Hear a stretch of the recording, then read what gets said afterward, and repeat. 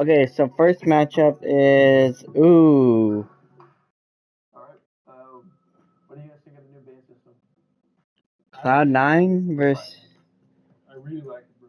I think every map was like being played the same, and with the new bands, every game is like different. So Yeah. I mean, attacking can definitely be a lot harder now. Like, especially if you're not prepared for it. Really? I actually would have said the other way around. Really? I think Bro, I want that. I want those drops. issues, being grid, flags, all that kind of stuff. And defense, they're like, it's not like crazy, but I mean, like massive operates, like. First up is Cloud9, then it's I just think CAG versus Walk. You know, like a lot about opening the I want to say Walk Guard. Yeah, I guess that's definitely like yeah, if you're not like 13 minutes. on the attack, defense, defender. So I gotta stay up till then. Scenario, you get top man and try maybe on finding them get open. You're like on the clubhouse or on the night yeah, that is bad. That is we get to understand how to play like I really feel like turning things like your teammates back. That's best.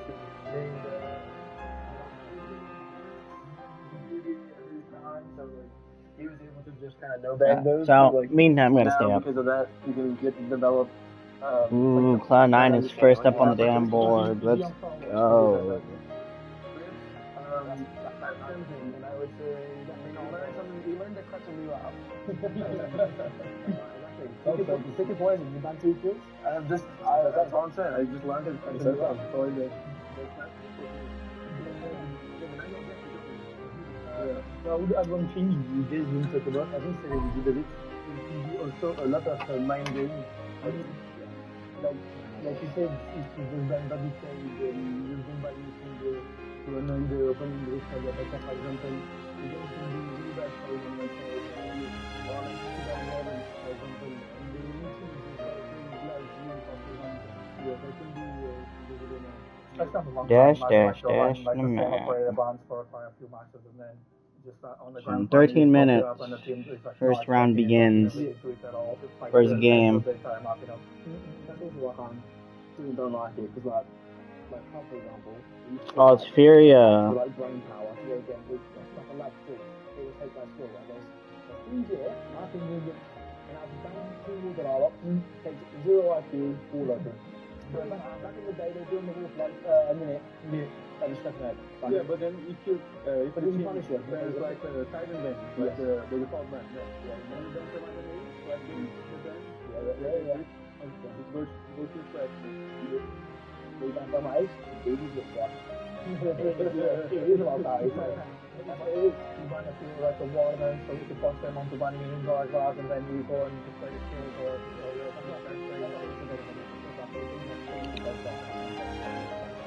are able to adapt to it. Also, the big thing about banning like warnings specifically, like on Option you have to play like the site like the floor above. You can't play the win con of like killing like planners or anything from the top. You have to like learn like you have to have a new strat basically. Yeah, like overall it's really refreshing.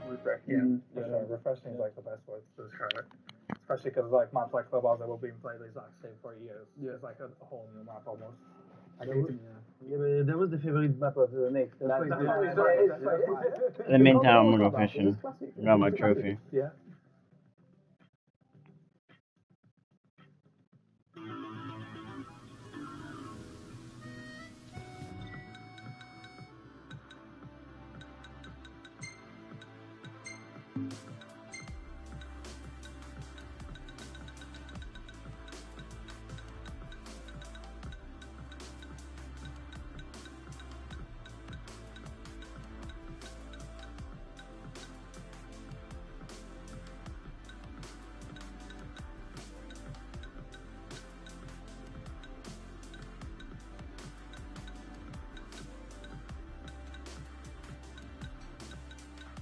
I need this one.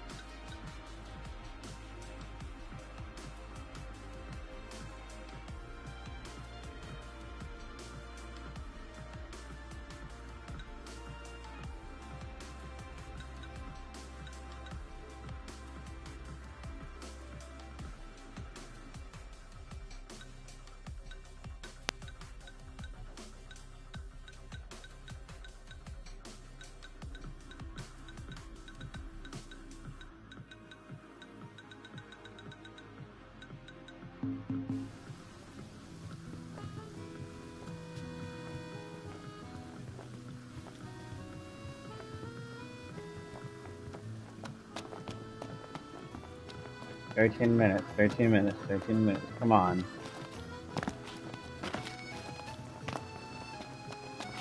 Oh, yeah, that's what I came for.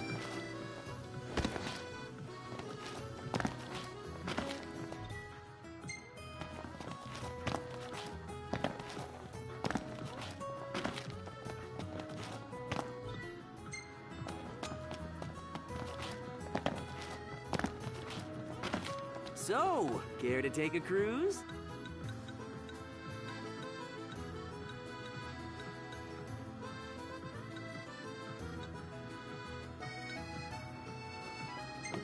What are these people here for? Sightseeing, one would suspect.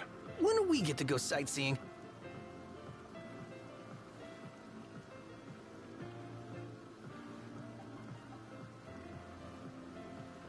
Eighteen minutes and 45.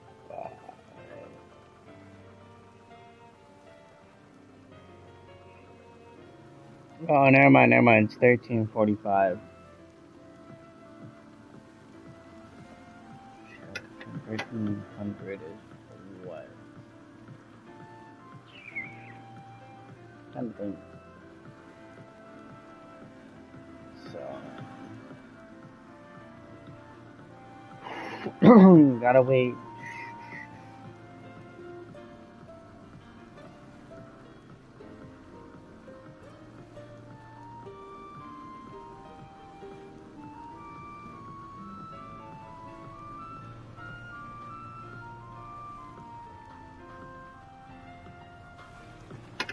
Gentlemen, it has been a pleasure. Yeah. Gonna get those damn drops.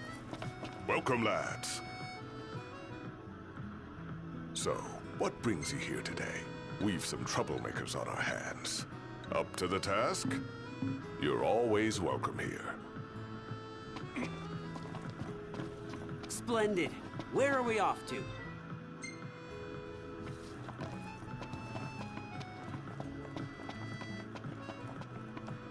Welcome. You won't find fresher fish anywhere else.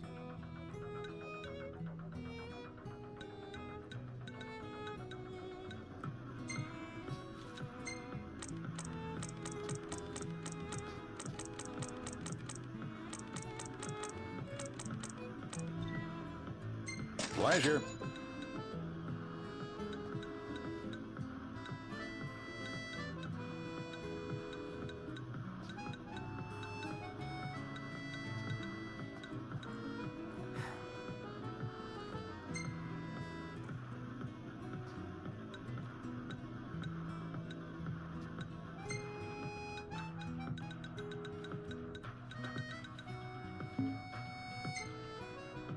Come again.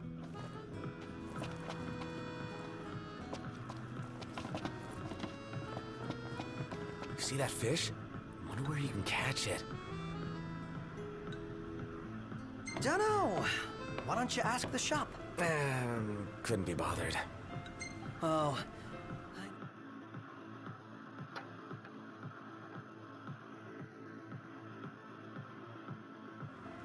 We're proud of our produce. Ooh, Lucian peppers? Heck yeah, I'm gonna take some of these. Real quick. I'm gonna take some of these. We're gonna take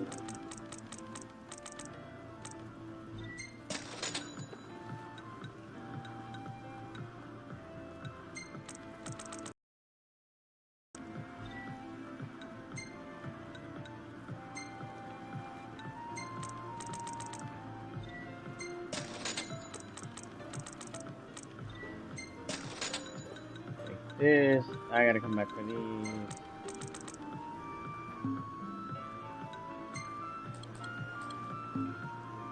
Come back anytime.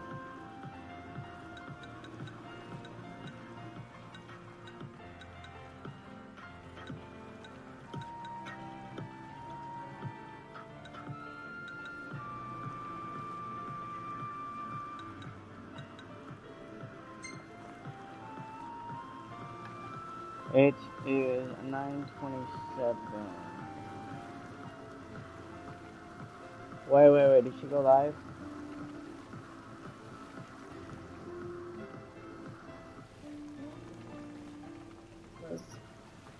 until my finals. Then I leave my house at 7 a.m. And then I take my final at 9 a.m. Then I come home at like 12. And then I pass the fuck out. Oh yeah, 2 minutes. 2 minutes. I'm hungover. Yo, Shakira, you got hit last night. What's up, Apple? Depending if she's doing it, then I'm not gonna worry about it.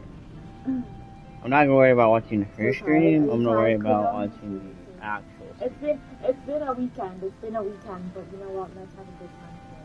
Let's have a good time today. Fantastic. Call when you need a ride back. Did you watch the Eurovision? I watched the voting. That was about it. It was pretty lackluster, pretty anticlimactic. So, care to take a... I'm not sure, man. I'm not sure. I don't really have like a requirement. Cruise? Thank you so much. Thank you. I appreciate that. Oh my god, Jay. Oh my god, Jay. Dude, I haven't worn his shirt. 1 minute and 30 seconds. Let's go. Probably only my second time wearing it. And my first time. W Han. I had a long weekend. Okay. How come? Let's finish. How was your guys' weekend? What you guys do? Guys, I feel so bad. Maybe, not that I feel bad, but like, I've just woken up, done work, take your time, exercise, and then thank you very much. And then I go straight to bed. I've not been doing anything else. But I'm having a good fucking time, dude. She's going, stop, you guys are so sweet, man. Whoa, pretty cool, huh? Bro, Han, I swear the only cheaters I've played have been in standards. They love standards. No, I'll do it tonight. The first game, 145. The first game is, Ignis could make use of them. Like, 8 p.m. Oh. 8 p.m. Give or take, it's a minute. I don't know what that is in, like,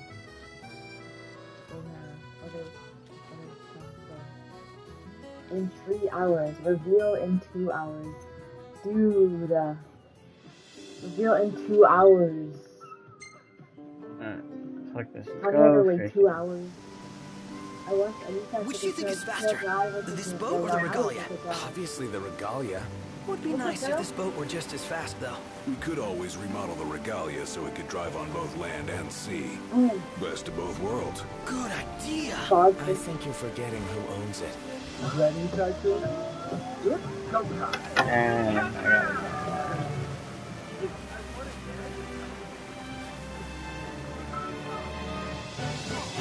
I'm not seeing a single blip around here. I think this radar might be broken. Not to be rude, but I think it simply means there aren't any fish nearby.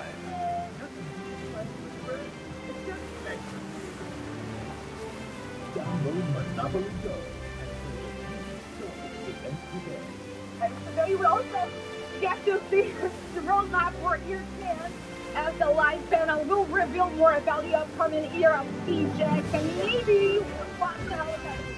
Hang on tight. Hurry up! Hurry up! Come on! Oh no! Damn, there's a lot of people outside right now at that stadium.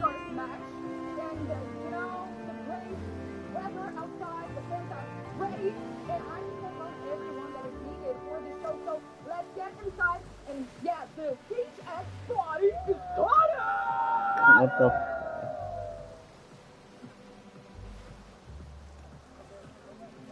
Ha!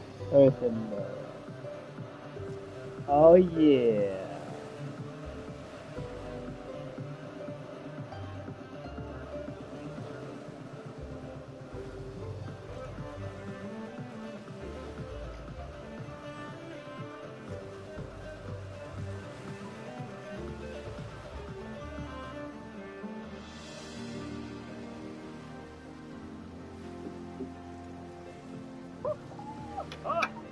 We made it. I could just stay out there with the fans all morning because there's an electric atmosphere here in Rio de Janeiro. For good reason. It's Championship Sunday of R6 Reload, the new era of Siege, the first ever tournament to be played on Siege X. We are going to crown our champions later on, and before that, we have of course got a show match and the panel. Exactly! Chegamos ao terceiro e último dia de release do campeonato de estreia do CTX. Hoje a gente vai ter um dia muito especial. Teremos painel, teremos show match E teremos a grande final com a estreante de Tier S, Kage Osaka, e a experiente Furia. Actually, Dad, it's our last day. Should we see if we can extend it like by a week? Just and just keep imagine doing all shows the every fish single out day here. in Rio. I Enough think to that'd be keep fun, you busy right? for hours. By the way, my name's Ian, this is Nibby. We've got 2 broadcasts running at the very same time. We've got a Brazilian team speaking in Portuguese and an English team speaking, of course, sadly, in English. They're boring. I'm kidding. I love you guys, really. I can just see them in my peripherals over there. But right now, it is time to bring out our grand finalists, just so you can meet them and we can build up the hype towards the grand final later on. Never has the sun risen so high above Japanese skies in Siege. It's Kage Osaka!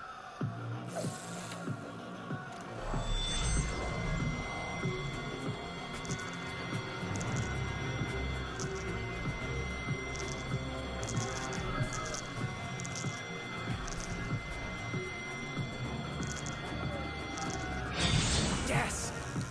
What the hell was that?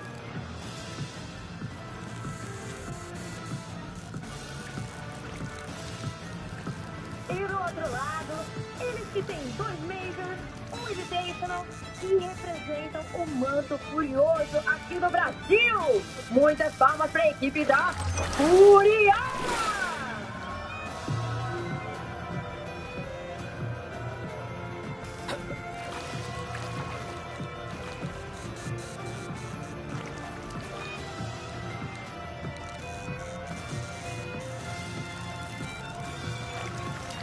Better get ready to land it.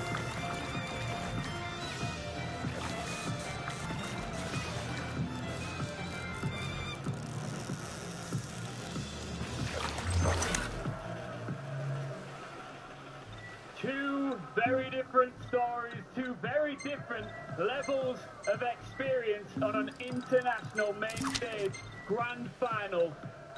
The same position here in Absolutely. Rio. They are looking to become the first champions of the Siege X era. Exatamente, vamos descobrir o que vai acontecer nesse dia maravilhoso. Vamos começar o nosso show. Let's start the show. Think I'll play King's Knight in the meantime. Better not. His Highness will get sulky.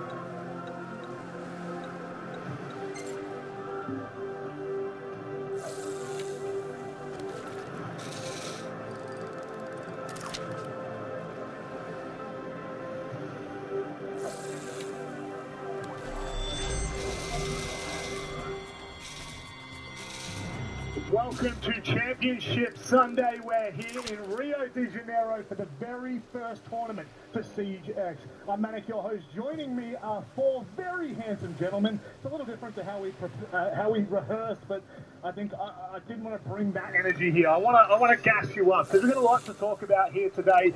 Before we get started with any of the preparations for this tournament, for the panel, we want to go back and have a quick chat about what we learned yesterday. A little more about the R6 ecosystem heading into 2025. A couple of changes have been made, and of course there's an expert.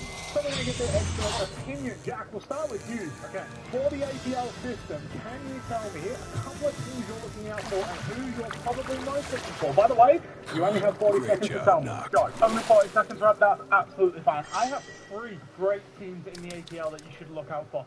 2 of them are the APAC teams that played on the main stage here in Reload. Kage Osaka, of course, they're in the grand final. Fear X, they of course got beat by Kage Osaka. And the third team is one that's close to your heart particularly, Rob.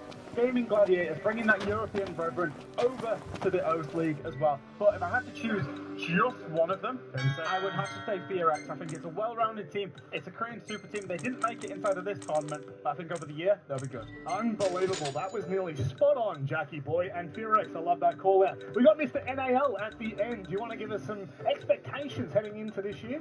Yeah, absolutely. I mean, I think two underdog teams easily has to be Wildcard and Shopify Rebellion. Shopify Rebellion has not played at this event. There's a lot hidden from them, especially Canadian.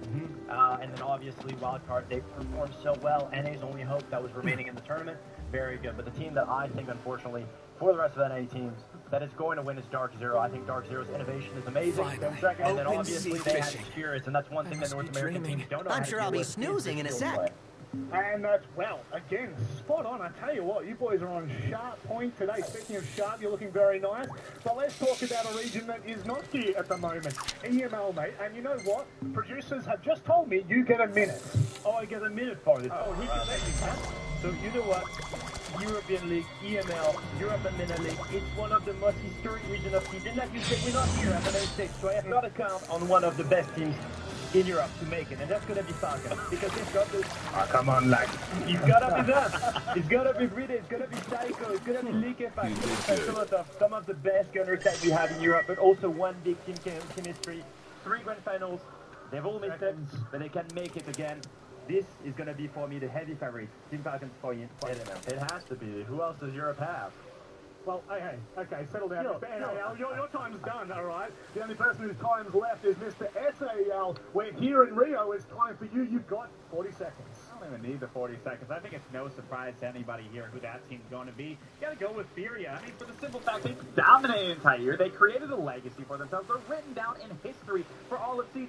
And then to kick off Siege X and Reload, they're here at the grand final, 1 game away from claiming their title, so it's no surprise to me that they're going to get it done. They're going to be the team to look for at SAL, and my choice, respectfully so, Furia. No, I don't even need the 40 seconds. Gentlemen, that was on point. I think we've given all the audience at home a bit of an insight, but I just want to know very quickly between us, what do we think in terms of the actual dominating league? Is it still SAL? Jack, I'll go to you first, just very short. Yeah, absolutely has to be. You've got the current major champions, the current world champions, and probably, possibly the reload champions all inside of one league. Jack, I just heard from Jack, it was funny, Leo. It's got to be as well. So much variety, so much play style friendly. Look at Loud, the way they're playing strategic. Look at Furia, the way they're playing heavy gunners. They've got so much talent in that league. It's got to be SAL again. Come on. Surely, you're going to give me something. I'm going to have to go with SAL again. I mean, given, everything that CJ is bringing back to that wheel, and you really see the resilience, SAL specific, stepping it up on that margin of team chemistry, team play, and... Oh my god, Fox, give it to me very short. Just give me the abbreviation. Honestly, I think the EUL... It's going to happen, gentlemen. Thank you very much for joining me here. You now have a good idea as to what to expect for the future of R6, especially in 2025. But, boys, do you know what time it is? Is it? Showtime!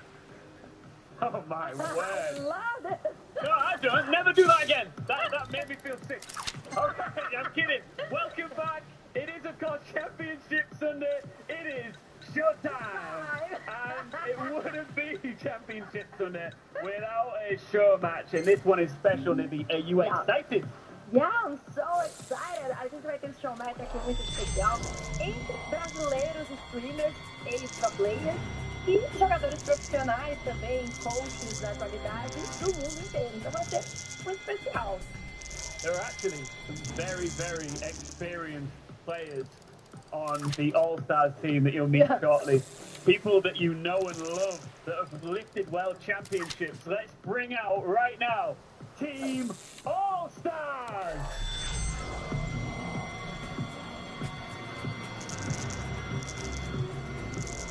You got Doki, Fabian, the legendary Fabian, Liquefact.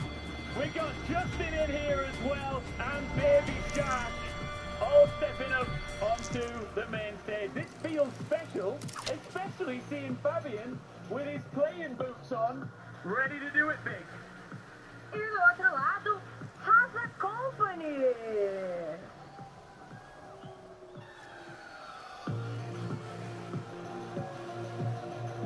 Okay.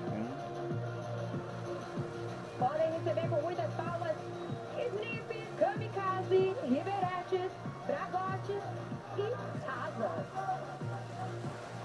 that content.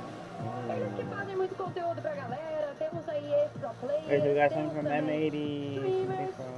mas eu tenho certeza que eles vão trabalhar bastante aqui hoje. I want to say it's... I think this might be a bit one-sided when it comes to support from the crowd. What do you think? Yeah. I'm not sure. Because did you saw they screaming? I'm not sure. We can check maybe who they are cheering for. What do you think about it? Well, right now, let's just quickly do an interview. So, guys, if you can all sit down except for Haza and for Fabian as well, if you could just come and join us for a quick chat. Oh, man.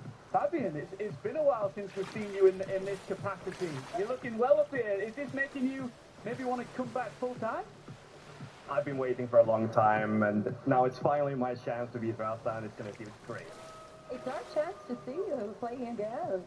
What do you think about it? It is a show match. It is a fun matchup, but are you going to win? Yeah, for me, it's not no partial match. Here, we are won this match for sure. And Fabia always lose in Brazil, you know? Okay! Last time I was in this 50, I beat Immortals and I beat FaZe on the main stage in an arena 500 meters that way, and I was MVP of that event. So keep talking, because those shades on your face, you're not going to want to see the slaughter this game is going to be. It was 8 years ago, so now it's the moment of Brazil, bro. Brazil is the best region of the world. Eu tô amando aqui esse momento de paiva maravilhoso aqui nesse palco. Ele falou que vai vencer, que o Fame não ganha de brasileiro. O Fame falou, não, a gente venceu aqui a Immortals, a FaZe, nesse palco aqui.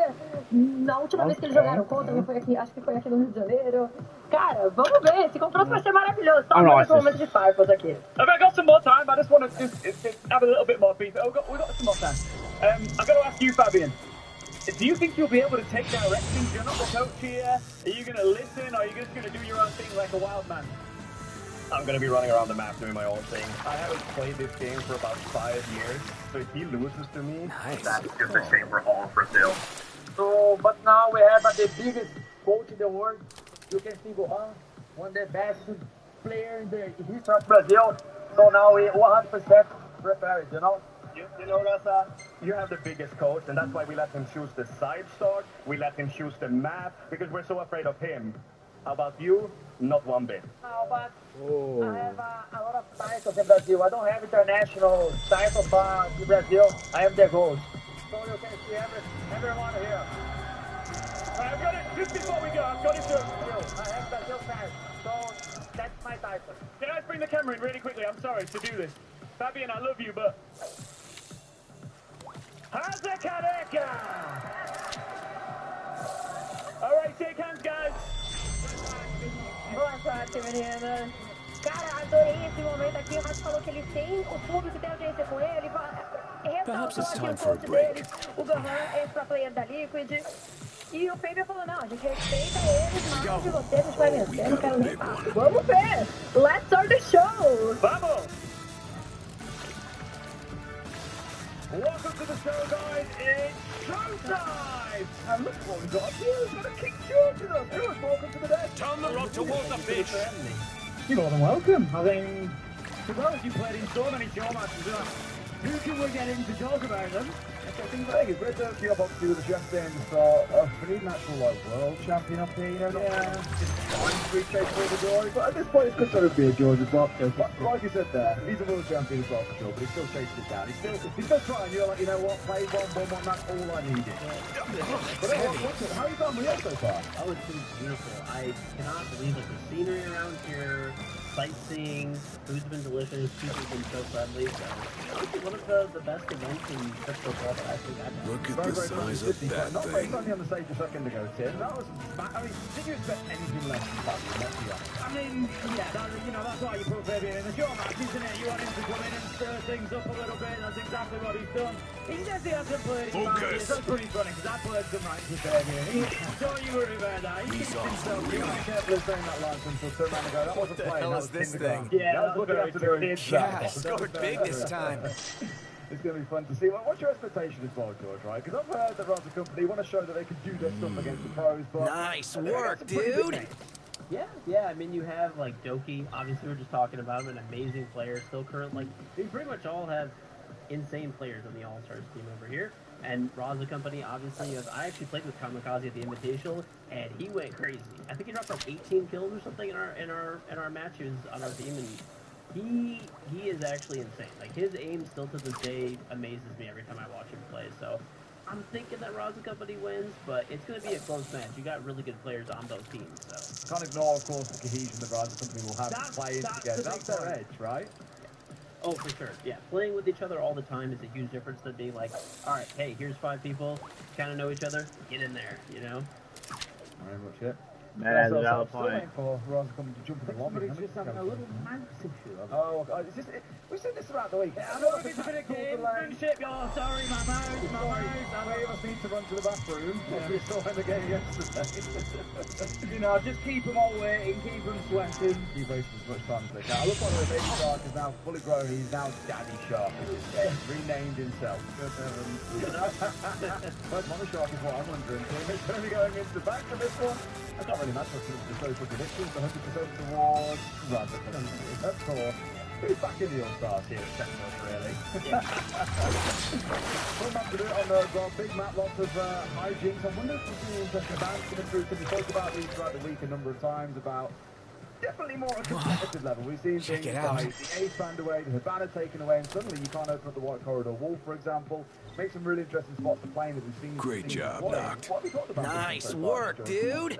It's been really fun. I mean, I think players are going to enjoy it a lot because it's a lot more adaptable than just banning a couple of operators and kind of hoping that it works out for you. But when someone actually starts playing something, you can target ban that operator. I think having that power and potential is going to make a huge difference at the pro level, ranked level, and anywhere in between. Right? Yeah, we've seen some really big impact from the banning system. The one that really stands out to me is that Falcons game the other day when that third hard breach ban came in, and it was just, you know, 3 rounds of struggling to get walls open, burning a lot of time trying to do it, and Falcons just they didn't have answers. And, you know, at this rate, we're gonna fish this place dry. And even then it's having an impact against them, and I don't think the old banning system was at a point where it was necessarily doing that in the same way. So yeah, I think it's a great change. I'm really curious about the power struggle on this team as well. Who's going to be the IGL? Because Linkabak is probably the most experienced on this team in terms of IGLing, but Fabian's not really the guy, George, to take instruction from others. Yeah, he's not exactly to be the person in the backseat, that's for sure. So I think, I mean, on paper, I'd probably say Linkabak should be, but I mean, Fabian's also an amazing coach too. So, but he then also did say, I'm just going to run around and do my own thing. So we'll see how it goes. We do have a very, very special gift for this game, guys. We can listen to team comps whenever we want. And while they're getting themselves set up, and they're smiling for now because they haven't started losing rounds, do you ever listen to the All-Stars comms and see what's going on?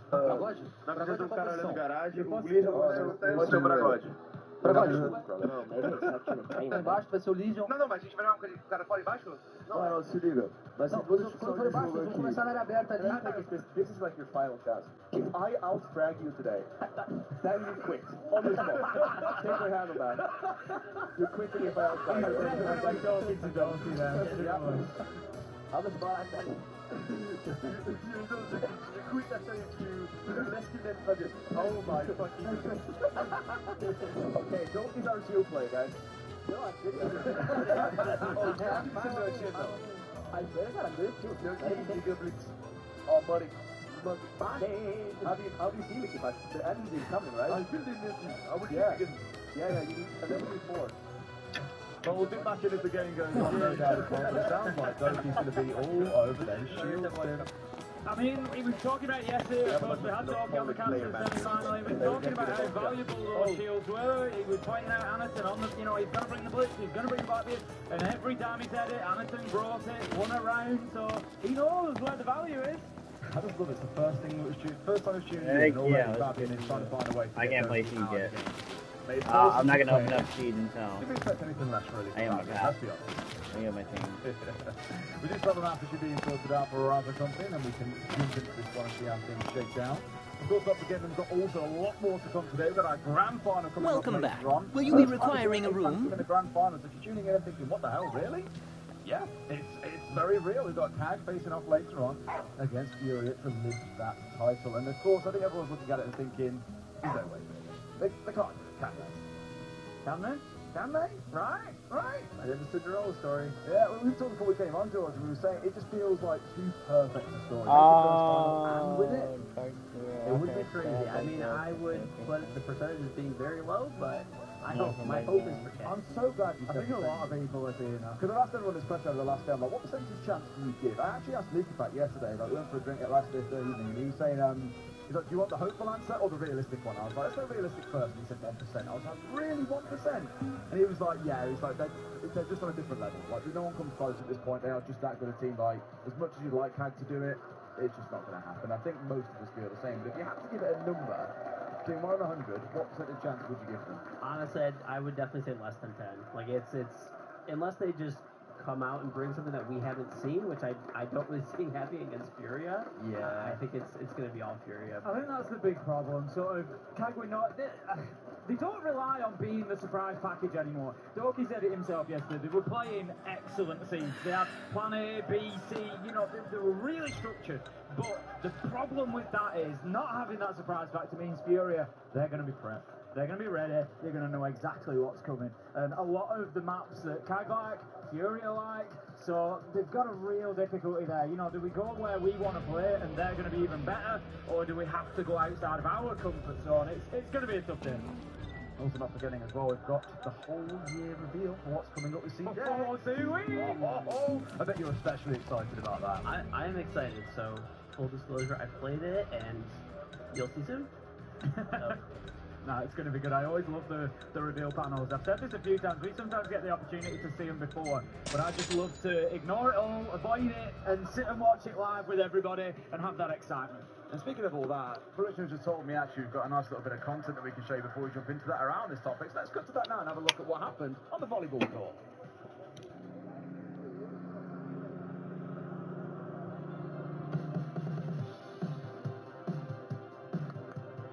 Let's go!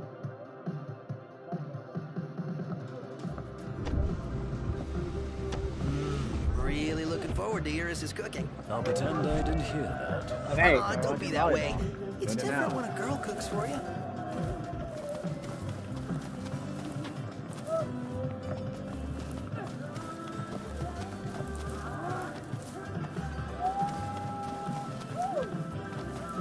I'm getting ready. Yeah? That's it. What's up, Iggy? I've come up with a new recipe. I can taste test for you.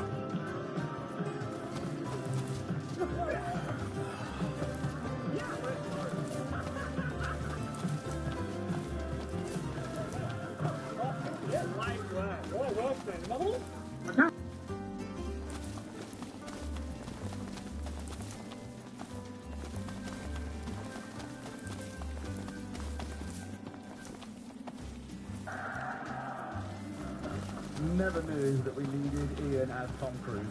Who'd have thought, eh? I don't know what, especially from the life until I got to see that the first time round again. See it again, it's just absolutely beautiful. The wing? The wing. That did something to me. Oh, that one did not. Now I feel threatened. That was a very, very quick change of emotions, Tim. As somebody who's played in a good few of these, George, you said yourself, you played with Kamikaze, you've had other pros on your team. Is there a point where the pro players, they're like competitive? Look at this load. In a little bit, and it's like, right, okay, we need to buy it. I'll be back to buy whatever you're willing to sell. So let me know if you got any leftovers. It's like you start and you're like, okay, it's fun, and then you're like, kind of in the back of your head, like, oh, they're kind of trying. So like, I gotta bring this back now. Like, I also don't want to lose, but you want to have it be a fun tournament as well.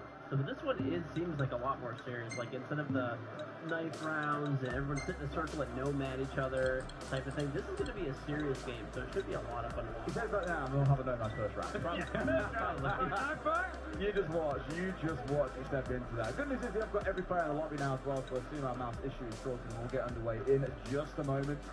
We'll see how this one shakes down. I'm curious because the brief that we were given before was a bit more serious. They said perhaps the company kind of want to prove themselves, and I'm like, okay then, so how hard are we? When we say improve themselves, how deep are we talking here? Like, are they coming armed in with straps, target bands against Doki and Leaker back? Are we really going for it? I guess we'll see in the first couple of rounds. I mean, thinking about it, we said that we've had a little bit of a mouse issue. I think I might have had a mouse issue for about the last 5-6 years. I think. Oh, really? Yeah, I think it's been a mouse issue. I've heard that doesn't go away when you get a new mouse mate, I'm afraid. Well, I'm on my fourth one, so... Fifth is a charm. Yeah, he still hasn't gone up. I got a better chair and everything. Done nothing for me. Oh, we didn't get the gamer matches though, mate. No, maybe that's my next purchase. I'm sure it'll work this time. Right? Right? Funnily enough, losing part of my vision actually increased my KD, so I don't know what to think anymore. I would enjoy seeing the odd clips from when you stream sometimes, see the clip. But you've got, he has a box on his screen where he can't see because he's like partially blind in his left side of his vision. And you just see something happen there, and he'll flip it and be like, couldn't see it, guys, sorry. That's funny when Fresh just stood there with it. I'm just like, Tim! I've got a couple of good clips because Fresh and I play together quite a lot, and because we play a lot, it's relevant, because we play a lot, he's used to it. So I've got a couple of clips where you just get Fresh going, left side, Tim! And he's just like a sheer panic because he knows that I can't see whatever's going on. It must be class. Oh, so funny, so funny. What about your game of B-Day, though? Or bidet? By the way, you guys both want bidets? Absolutely. Happy to give both of you one. I would never be happier to have you anywhere near my backside, George. That's the way to go. No, it's the greatest thing ever, so I can't talk about it enough, and yeah, I mean, death of the record, if you bought a bidet yet. I never thought I'd come to that at the time in my career, Tim. Sid's friends, I mean, we talking about pre-day, but not B-Day. Want to help out with Through some a whole garments? catalogue of stuff across the years there, Much obliged. There's probably not even the strangest. Make sure you give your mouse, Tim. Take care. It doesn't work. It doesn't work properly for Siege. You can't click on heads with it. Get him a bidet, he'll be good to go. That's it. Look at the listening. What's this? Married, yes. Mechanics, no. Aura, yes. Mechanics, Trash talk, no. and only Deimos. Even on defense. What is that? Whoa! Oh no! No, wait, dude! That's a turtle! Look at the size of it. It's freaking huge. Let's look on how to support. Well, apparently games have only good news, so let's get ourselves into showman practice for what it is the battleground and see who comes up.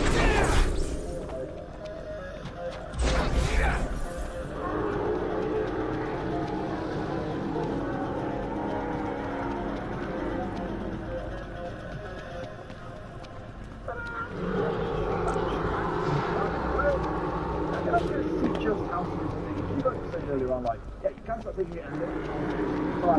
Mine's got the means to see side by side. You know, there's a full sprint trying to like sliding out pretty loud by the tiniest little bit. But twisting I think I would actually defend punch. I think it's actually good. Yeah. I don't think there would be as any definite on the other. Maybe it sounds pretty serious. Yeah, the third one anyway. They got Cade, Alibi. I mean, Caden's not on that. Go keep y'all.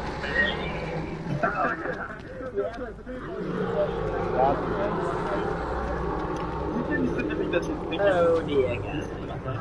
Look at my heart rate. The double range time range is also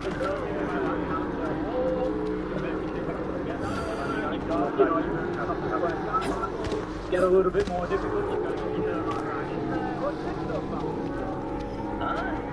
There's still hard-reaching gadgets that you can bring, which I'm assuming what they'll probably take. Yeah, I guess. Yeah, there's definitely going to take several hard-reaching gadgets. I'm going to say, we did ask about who Fabian might play. Fabian, combat. If I don't see a Monty from him at some point, up on that top floor, I'm going to be seriously disappointed. If I don't see Fabian or Monty, I'm going to be disappointed. It's funny, actually. Dude, you can't be serious! Oh crap, you are! That's a no. Perhaps this is one we should reconsider. You seriously mean that? Come on, man, not cool! I've heard of moving mountains. Taking one down?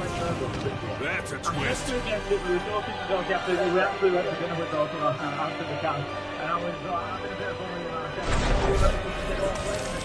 I said, oh, I'm nasty now. I said, I'm going to absolutely tear apart everything you do. Just remember that in the back of your mind, that I'm going to be really critical of you. So we'll see whether that pressure weighs on him or not. He laps to the time. I don't think he cares at the moment. It doesn't matter now. Getting lost in the blitz coming in together. I think he's about to be like, oh my god, we're getting Dustin in there, bumping and charging his way through, trying to find someone. Standard being a little bit sneaky on the look, a solo operator, not wanting to interrupt anyone else at all drills. Yeah. So, in turn,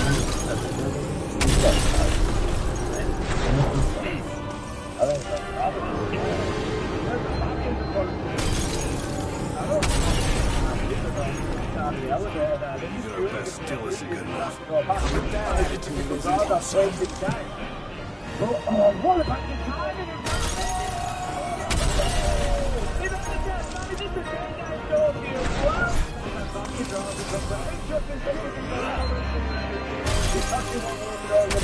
The old Bravo side at the moment.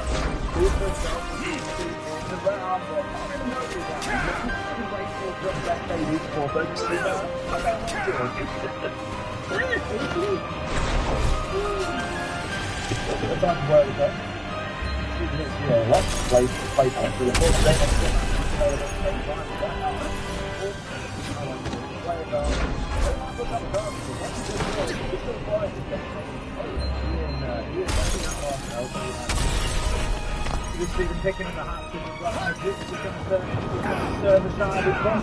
Yeah, it's kind of looking that way, right? That they're definitely set up for it, but you can see Robin's kind of backing up the turn a little bit. We're in for a fight. What did we bargain for?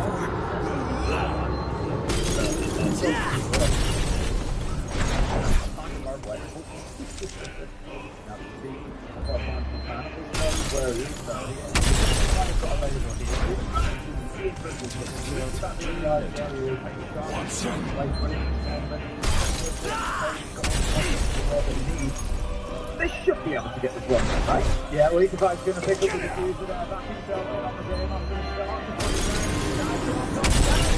They just dip away, they just big, they're not used to it. 35 seconds, and they've got the cover as well. Justin picks up his third in the round. John was done at that point. He was holding the cover. He was going there. Maybe John's cover ball. I think we'll sort of take this right. Looks like this is crucial. There's nothing more for crazy place to see your number down the space around it. I'm supposed to stop here to try and get rid of Daddy Shark. So I'm just calling Daddy Shark. So I look at his bench player like that's called Baby Shark. Again, Daddy Shark arriving. And he's loaded up on the front bar for the one.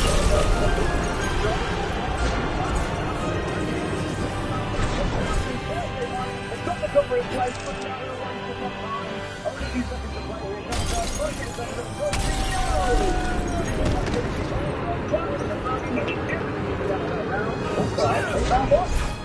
Move around there. Get back to you, ideally, and starting out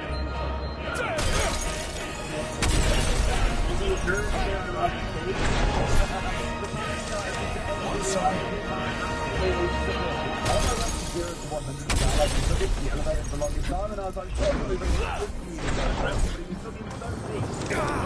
Right now I'm going forward now, and then go for it, actually get rid of Bobby as well.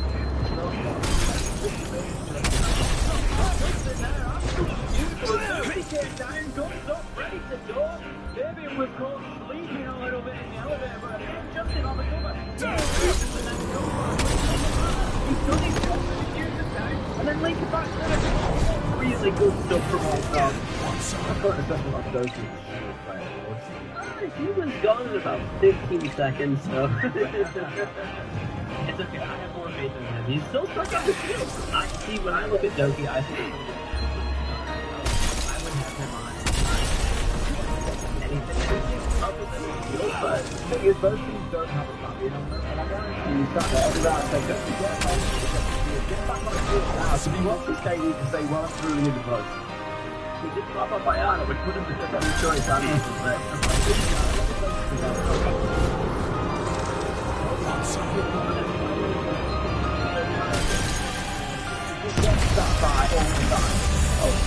and also too, I think this is as much as Baby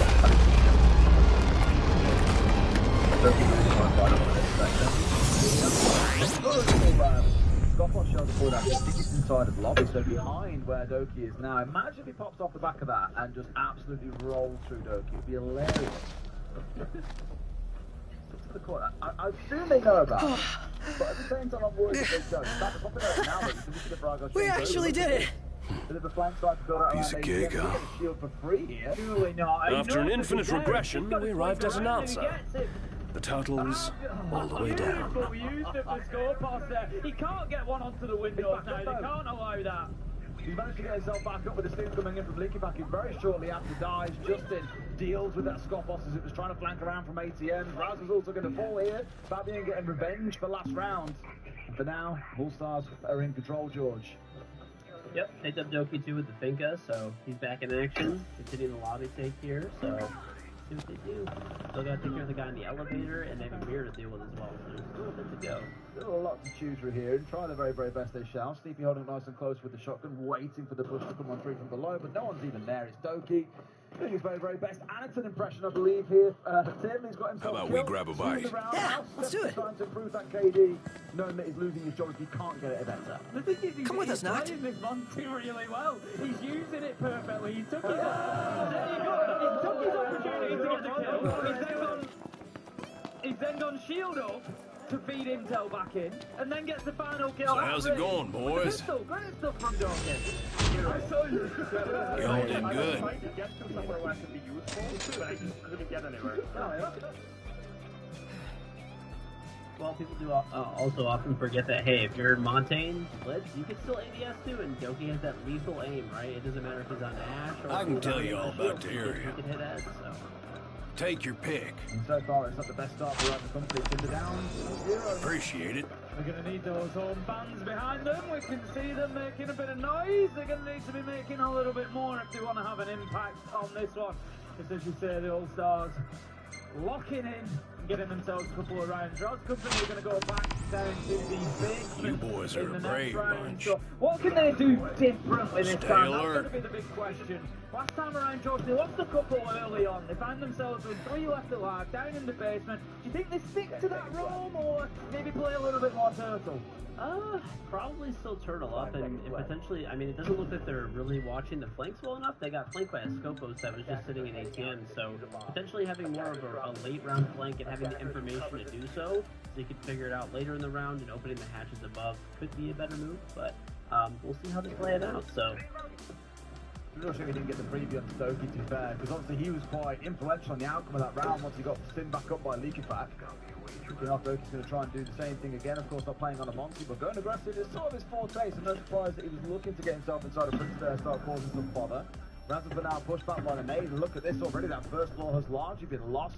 Now Raz is going to choice back around the wall, drop back down to the side of the that single goal being used here. Yeah, big loss there. Doki getting aggressive as well. The monster he's up against. He's up against the Warden, worst operator. The monster wins one. But he doesn't need one. Doki just wants to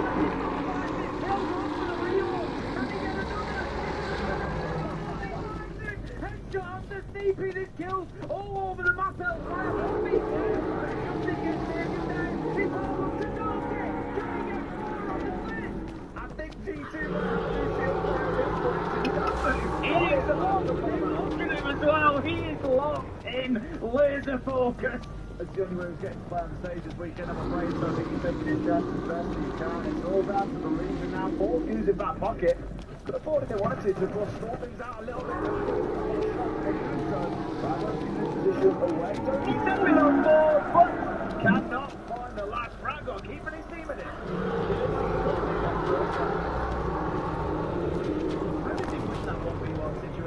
If you're in that spot and you're on the play,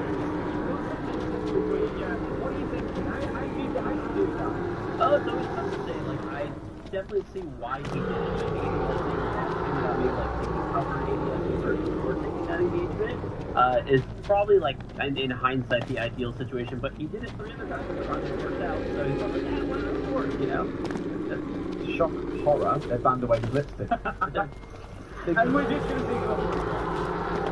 I love how they banned the castle away here as well, because ultimately that castle has been there in every single round so far. It doesn't beat it, it doesn't play the say teamwork really being there is so key. And we're reaching him a little bit more, might not be a backtrack, because we know what to play on that one. What is the environmental side of the thing? Oh, I remember why. I don't think they're like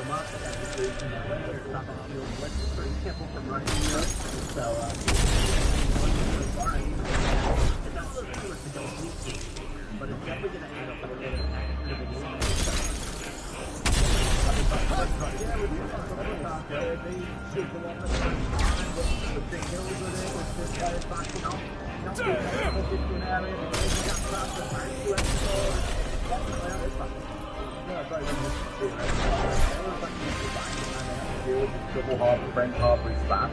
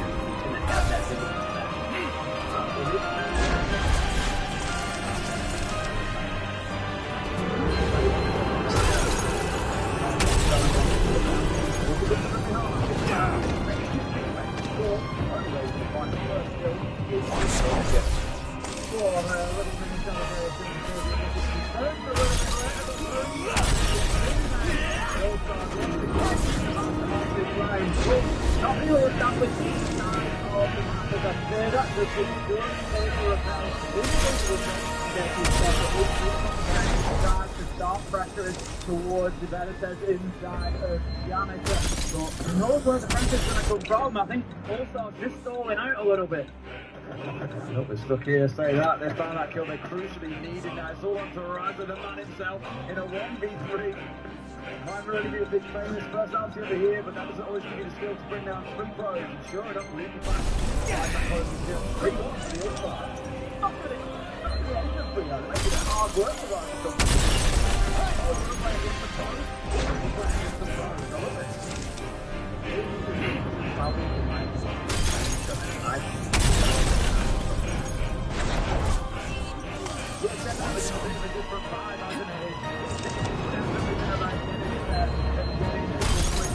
In the right, really challenging the time. Rather company, this hold on to everything.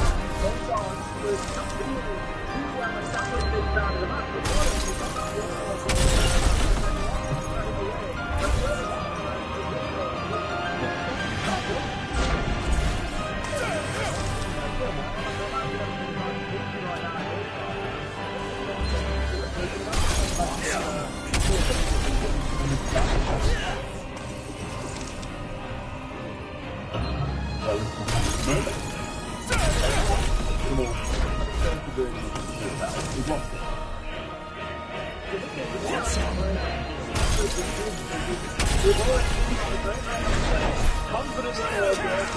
Any guy as well, not something that they're too familiar with using on a regular basis. Maybe probably going to move up to the other side. Pressure any of those bottom floor rollers before moving up to the top.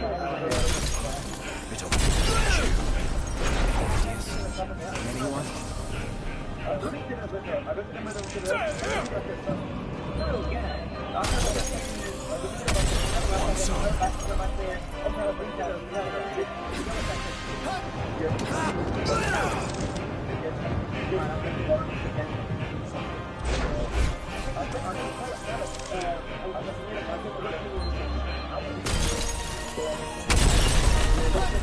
I'm looking at it now.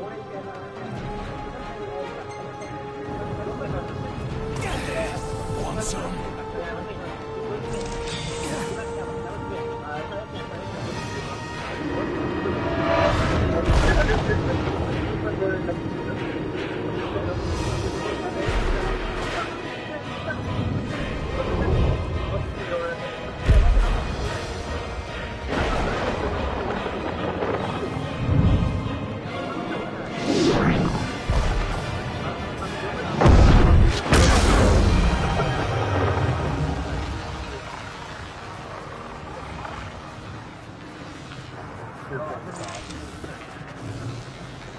All I've heard from the guys tonight is suddenly going, what was it? Where am I? What hero? And we're looking straight to France. It's not going to work for the great Certainly didn't expect this much trouble. Not good.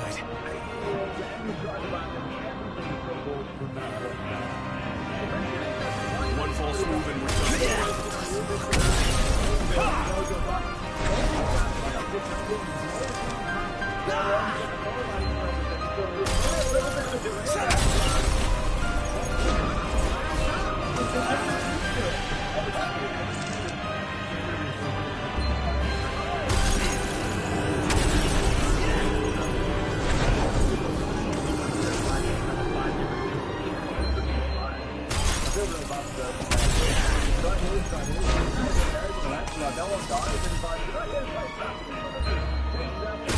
Anyway, it's like, Yeah,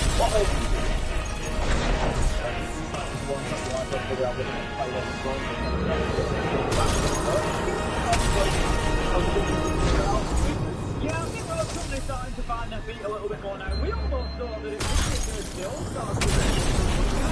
You know, they play with each other, they feel a little bit less off. keep it together.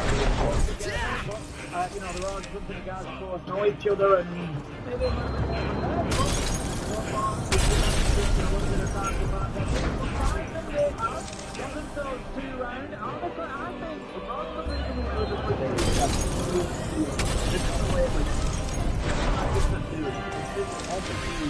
all the pressures on Raza Company really like you're here in Brazil representing our state here and all-stars we haven't played quite well. You know, that kind of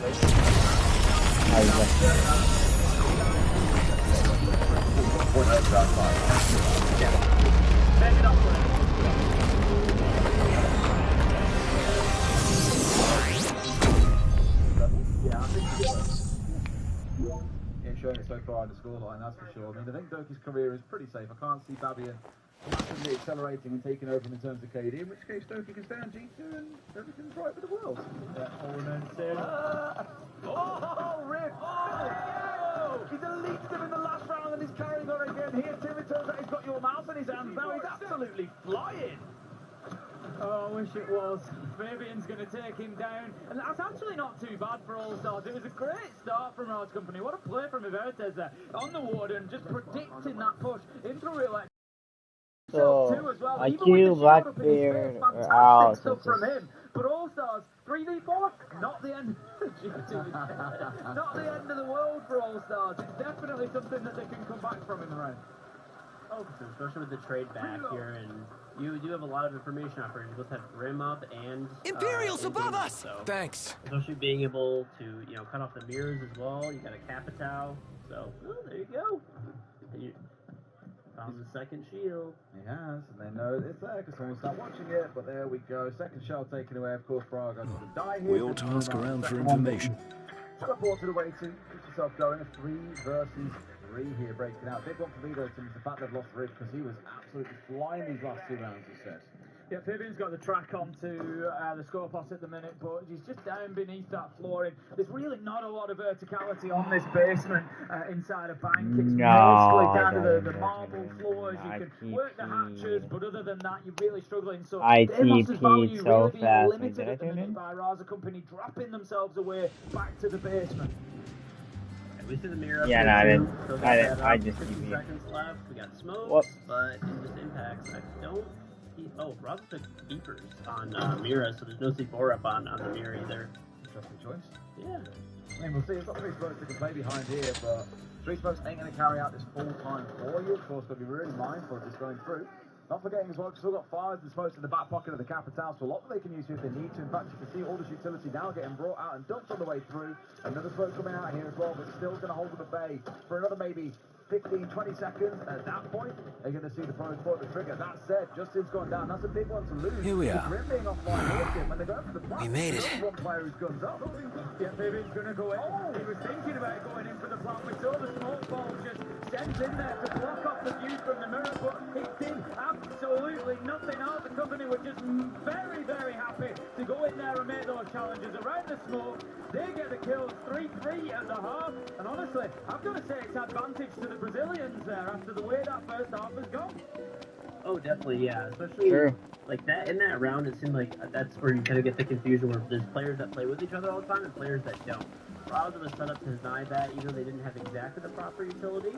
But welcome to Golden Key. They had the utility there to still win that round. They didn't smoke off the mirrors, didn't use the Grim effectively, and they didn't, Capital bolt off the rotate, anything like that. Any of those things would have, I think, given them a much better chance to run at least push that smoke out of position, or when the smoke was run off once instead of making quite a name for yourself. I think that's a really interesting point as well, because of course these players are, playing roles that they wouldn't normally. It's, yes, you've got that Allow me to take your order. We'd appreciate help with these troublemakers. And I don't normally play Capitan. What, you want me to smoke something up? What, somebody's got to tell me that. So I think there's, probably a bit of that going on as well. Look at these bans that have come through here. We've got the Monty and the Doc being taken away by the All-Stars, and Tiny and Mira taken away by Raza Company. Look at those, George. It's going to make things, definitely you can get all the hatches open now without really any issue. The Mira being gone is also really big because you have to run a lot of denial, which they do have the Goyo, they have a smoke, they have, seatbelt, they have a shield actually on board, not before. So I would say like the way that these operators are set up, it's much more advanced. They're probably doing a server take here with this Osa and the Black here taking quick control. They have a Glass to cover off the plants, Ace to open the wall. They're swapping operators here, so they definitely kind of see these operators that they have up, and they're going to do a server take. Not being able to hold the hatches, not being able to have a mirror up there, and not being able to have a ton of denial. I mean, the Goyo will obviously bring you a bit, but if you could just take open a hatch, you could shoot all of those Goyo canisters. So looks like they'll probably do a split open dirt cage. We'll see if they end up doing that.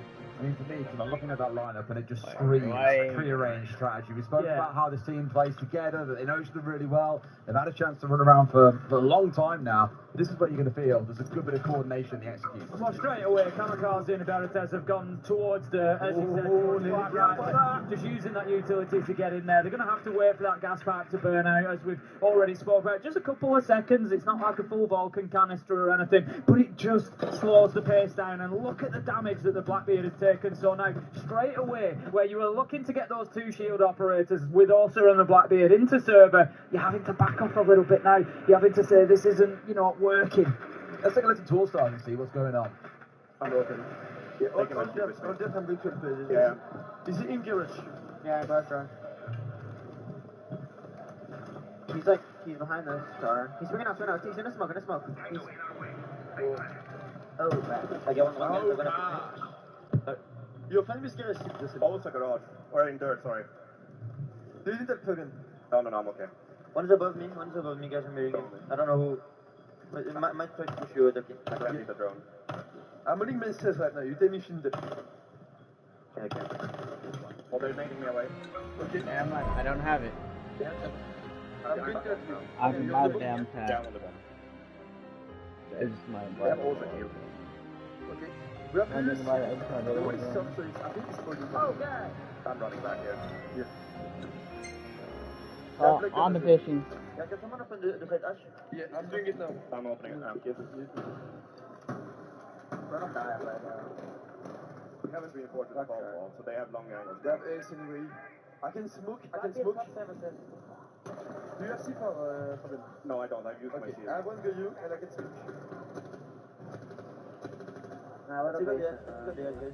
It's has to be on this side.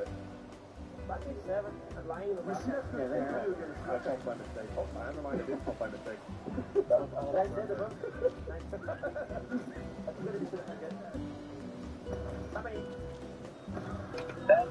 Okay, go fucking run!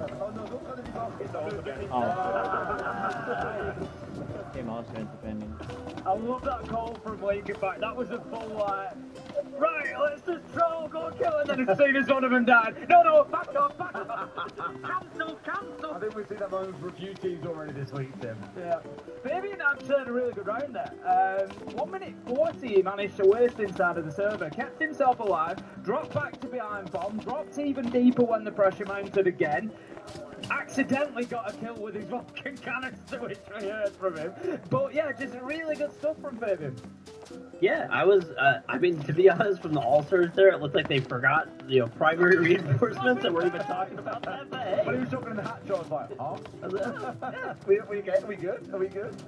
Sometimes, people thrive in chaos, and I guess that's where we are right now. Absolutely we are. I mean, the last 2 rounds across that site have been a little bit mental, round 6 and round 7, but that's all the dust to settle. It's all stars back in the lead, Tim, up to 4-3, and now it's on Raza Company again, who I think started out with the right intentions there, just couldn't quite pull off the execute they were looking for. No, it was tough right from the off, as George quite rightly predicted. They were looking to get themselves in through dirt, establishing server with the 2 shields, and that's why I pick up Fabian's play. In stopping that happening, he'd half won the round for them because that was the plan from the Brazilian side, and it just didn't work out. They had to back off because of all the damage that was done to the Blackbeard, and then all of a sudden they're on the back foot. They've got to go to plan B. Ooh. How about that? Baby Shark manages to find Braga on the rappel, and that's going to be a great start from the Vigil. We saw some great Vigil plays out of him on Wildcard, of course, yesterday, and just continuing that now.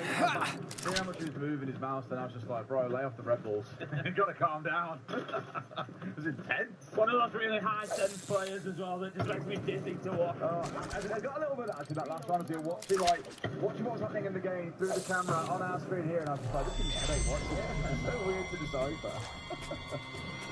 I think on that last round too, actually this is the thing we were talking about, the gas pipes and stuff like that. A lot of the damage that Blackbeard took was actually from the gas pipes. So it's a whole other thing you can kind of stop if people kind of forget about, hey, there's a gas pipe there it is. If someone pops it, they're rushing through. Gas pipe MVP. See, he's getting a little bit too record up here, I think, Baby Shark. Down he goes, Kamikaze getting the trade back. One thing worth doing in this round, by the way, 3 bulletproofs on side for All-Stars, been very heavily into that, and it forces the Nook in Kamikaze's hands. As soon as he get that first kill, can definitely look to try and find some more. So he's getting pressured here. He loves playing these spots, he was saying to me yesterday, loves being in his half position, where he's expected to pop up, but right now he's got to do just that. There's 3 players coming around him, and he does not pop up. He was certainly trying, he was dancing back and forward, but no, cut down. And it just continues here as the Brazilians sweep across that top floor. Kamikaze hitting one. You've improved. That's going to be Raza Company just managing to level things up again. And that was a very different attacking round than the one we saw in the round before. Extremely well coordinated, extremely fast push there that you could see. And that pushed their window, they really had no answer for all the shields, so we'll see what they've got going next round. You'll be on my contract for the next major, I think, mate. You just taking the words out of my mouth. I was going to say that actually looked like a really good coordinated team play, right? 3 or 4 all focusing on square and stock together, making this push in. Beautiful to see.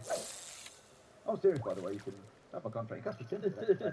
He's been auditioning people for days, yeah. He said the same to Dorothy yesterday. He's like, no, you second, man, you second. I'm desperate, please.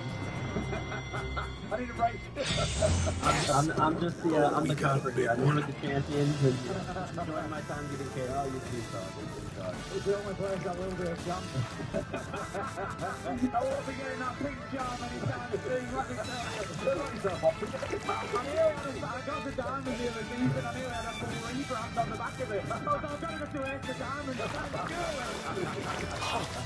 It's a good point, actually, yeah. He's far right. It's gold. Yeah, he's got that forever.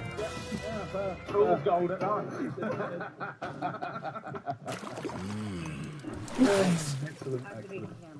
Alright, let's see how it carries on here. We've got things all square at 4 apiece.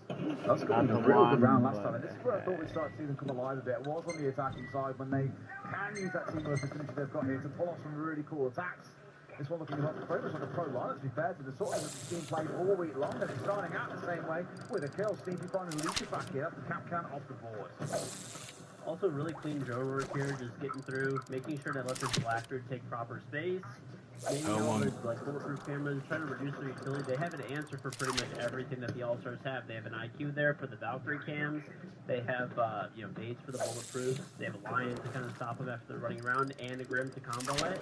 And they're trying to stop that information they've had. So All-Stars, it looks like they took a lot of operators to kind of stop the shield push, but they'd only have one shield push rather than Blackbeard. So I think this is Raw's around, but we'll see how it goes out and how it ends up. Natural gets sent out there. Oh, he's gonna wait here until That's two that the All-Stars have tried to find some feet with, but just not been able to. Continue to see Braga on the IQ there, just going across, clearing out more and more utility ahead of his team. This is really good progress quickly from Raza Academy as well. Only a minute 20 into the round. They've got the opening kill, they've cleared out a ton of utility, and it feels like it's that point. I know both teams have been taking this pretty serious throughout, but I asked you if is there a point where it just really kicks in? And I feel like we're starting to see that point where it's really kicked in. Braga managing to he's just been taken down. Another for free in the round. Can he find the last? It's all up to Baby Shark. There's 1v5. Really warming into this. He might try his best with the shield up in his face. And two players pushing him. The team play is looking fantastic from Raza Company these last two rounds. And I tell you what, the pros have got to wake up to him. They're getting outclassed. Oh, absolutely. Right now, like that drone work was beautiful. They took it almost like a top CEO take, and then they just ran drones through, pinged every single gadget, had the IQ running at the same time as the drones to ping both all the cap cams, the bulletproof cams. I've seen that look on Leakerback's face before. I've seen that. I think when his team were around us, he's getting flashbacks so earlier this week. Oh, yeah, you're spot on as well, George. Absolutely, it's one of those now where I'm thinking you've really cooked up here. The World Cup, especially between Braga and Rip, they've really stepped up into this as well. Kamikaze, we've seen have a couple of good rounds earlier too, but now you've got three players especially really starting to pop off. I'm nervous for All Stars and who's going to do the same for them. Yeah, exactly. I really like, we're just having the replays there, but when we come back in, you'll see the balance that have come out.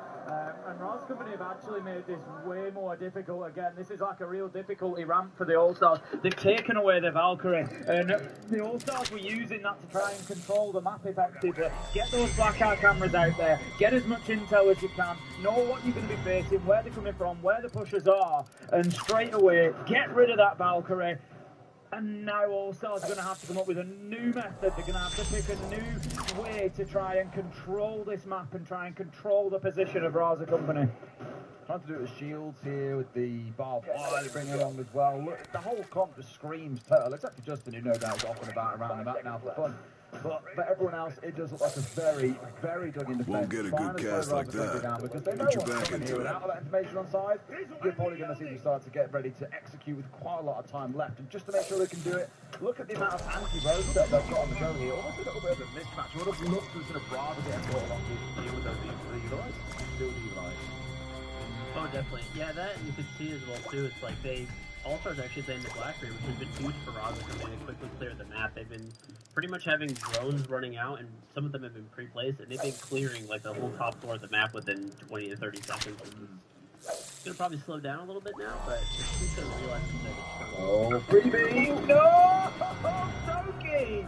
You should be used to this one, man. You've played enough bank in your career. You've seen Almago crowds walking around before enough, and they paid the price. A second one. Great bit of team play as well as they forced Baby Shark down from that top floor in the elevators and collected for free. It's a 5 versus 3 tip. Yeah, Baby Shark, he dropped the impact nade onto the hatch, and the sound com was there then for the player underneath to know that he was going to be pushed.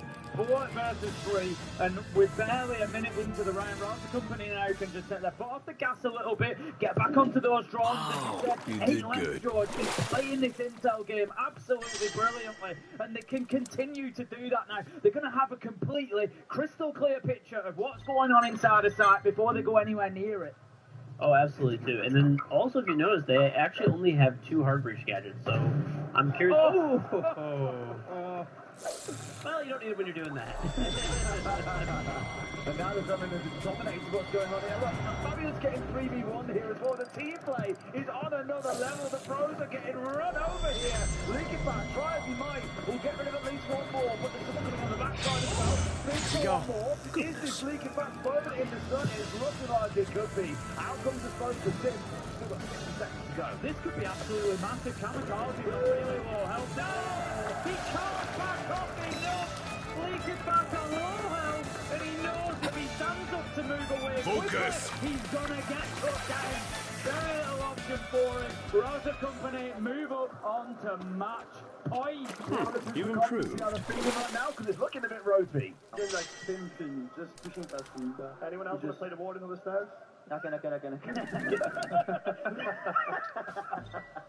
No, Ella, what am I doing? I'm a crazy. I go from one gun to the other one. That was good, bro. Yeah, she's good, but do you think I can control the recoil, brother? Apparently not. No, exactly. Leaky back ain't smiling. He's fuming. Always something playing on that team. Yeah, I love how Lee Fabian knows what he's good at and what he's not, and controlling recoil apparently is the thing he's not that good at. Oh, bless his soul. I was interested to see whether we might get a tactical timeout coming in and Dark maybe trying to, interject a little bit and more small fry. Ship, but for the moment, they're just going to be continuing on, try and get these rounds won. Absolutely favourable conference sneaker. I love those where you just look through and you're like, is that a head? Yeah, that's a head. Great work for those kills. I will not play the SMG again. Absolutely. The SMG-12 is a tough one to control. Yeah, Baby Shark onto those duties now. Fabian's over onto the Maestro, so running around with that Alder. And Doki said, I've had enough now. I was asking him yesterday, what is your favourite operator these days? And he said, in defence, it's definitely still his army. And he's like, right, we need to make something happen here. I'm getting onto my favourite. We can carry this, guys. It's okay. What about you? Not feeling ambitious. Operators at the minute? Who'd you go to? Well, I like the classic old school operators. I like Rook and Sledge. Okay. I thought I was going to say Jaeger Ash then, as soon as you said classic. No. For me, my most played operator is actually Thermite. I still like. Oh, yeah. Tim plays 2 operators only. Thermite and Ace, he doesn't pick an operator for defense. So true. They're great. Like, I feel like a lot of teams in rank, they will not even take a hard breacher. But if you have at least a hard breacher, your chances go up a lot of wins. Guaranteed when Tim's in the stack. Well, that's the thing. I actually played a lot of Buck a couple of seasons ago because he was so self-sufficient. Soft breach, hard breach, everything. Obviously, they've taken his hard breach off him now, which I think needed to happen because he was just too good on his own. You could just go out there and survive completely solo. And Ace kind of falls into a similar bracket there, can go and do an awful lot on their own. Oh, definitely, yeah. The versatility of, like, Ace as well is just so good, He's the one operator where you have, like, the least amount of risk to hard breach, so I love him as well, too. But I think the full giant holes for Thermite are, if you're doing extra, at least are great. I really thought for a second that Baby Shark might get a little bit too impatient on those blue stars and just bring his head up and pay the price for it. So when the reach to open the thing outside of that hatch, that would get like thrown open, and of course it is indicating swing. That might be the bait that they need. They've had 2 or 3 players watching his angle, waiting for him to step out, and I think he's also aware of that himself. Even though the monitor now, they know that he's still here. We saw Fabi in this spot last time round, so you got 3v1. So Rasa got to be those slouches. You can show a bit of emotion, Overextend here.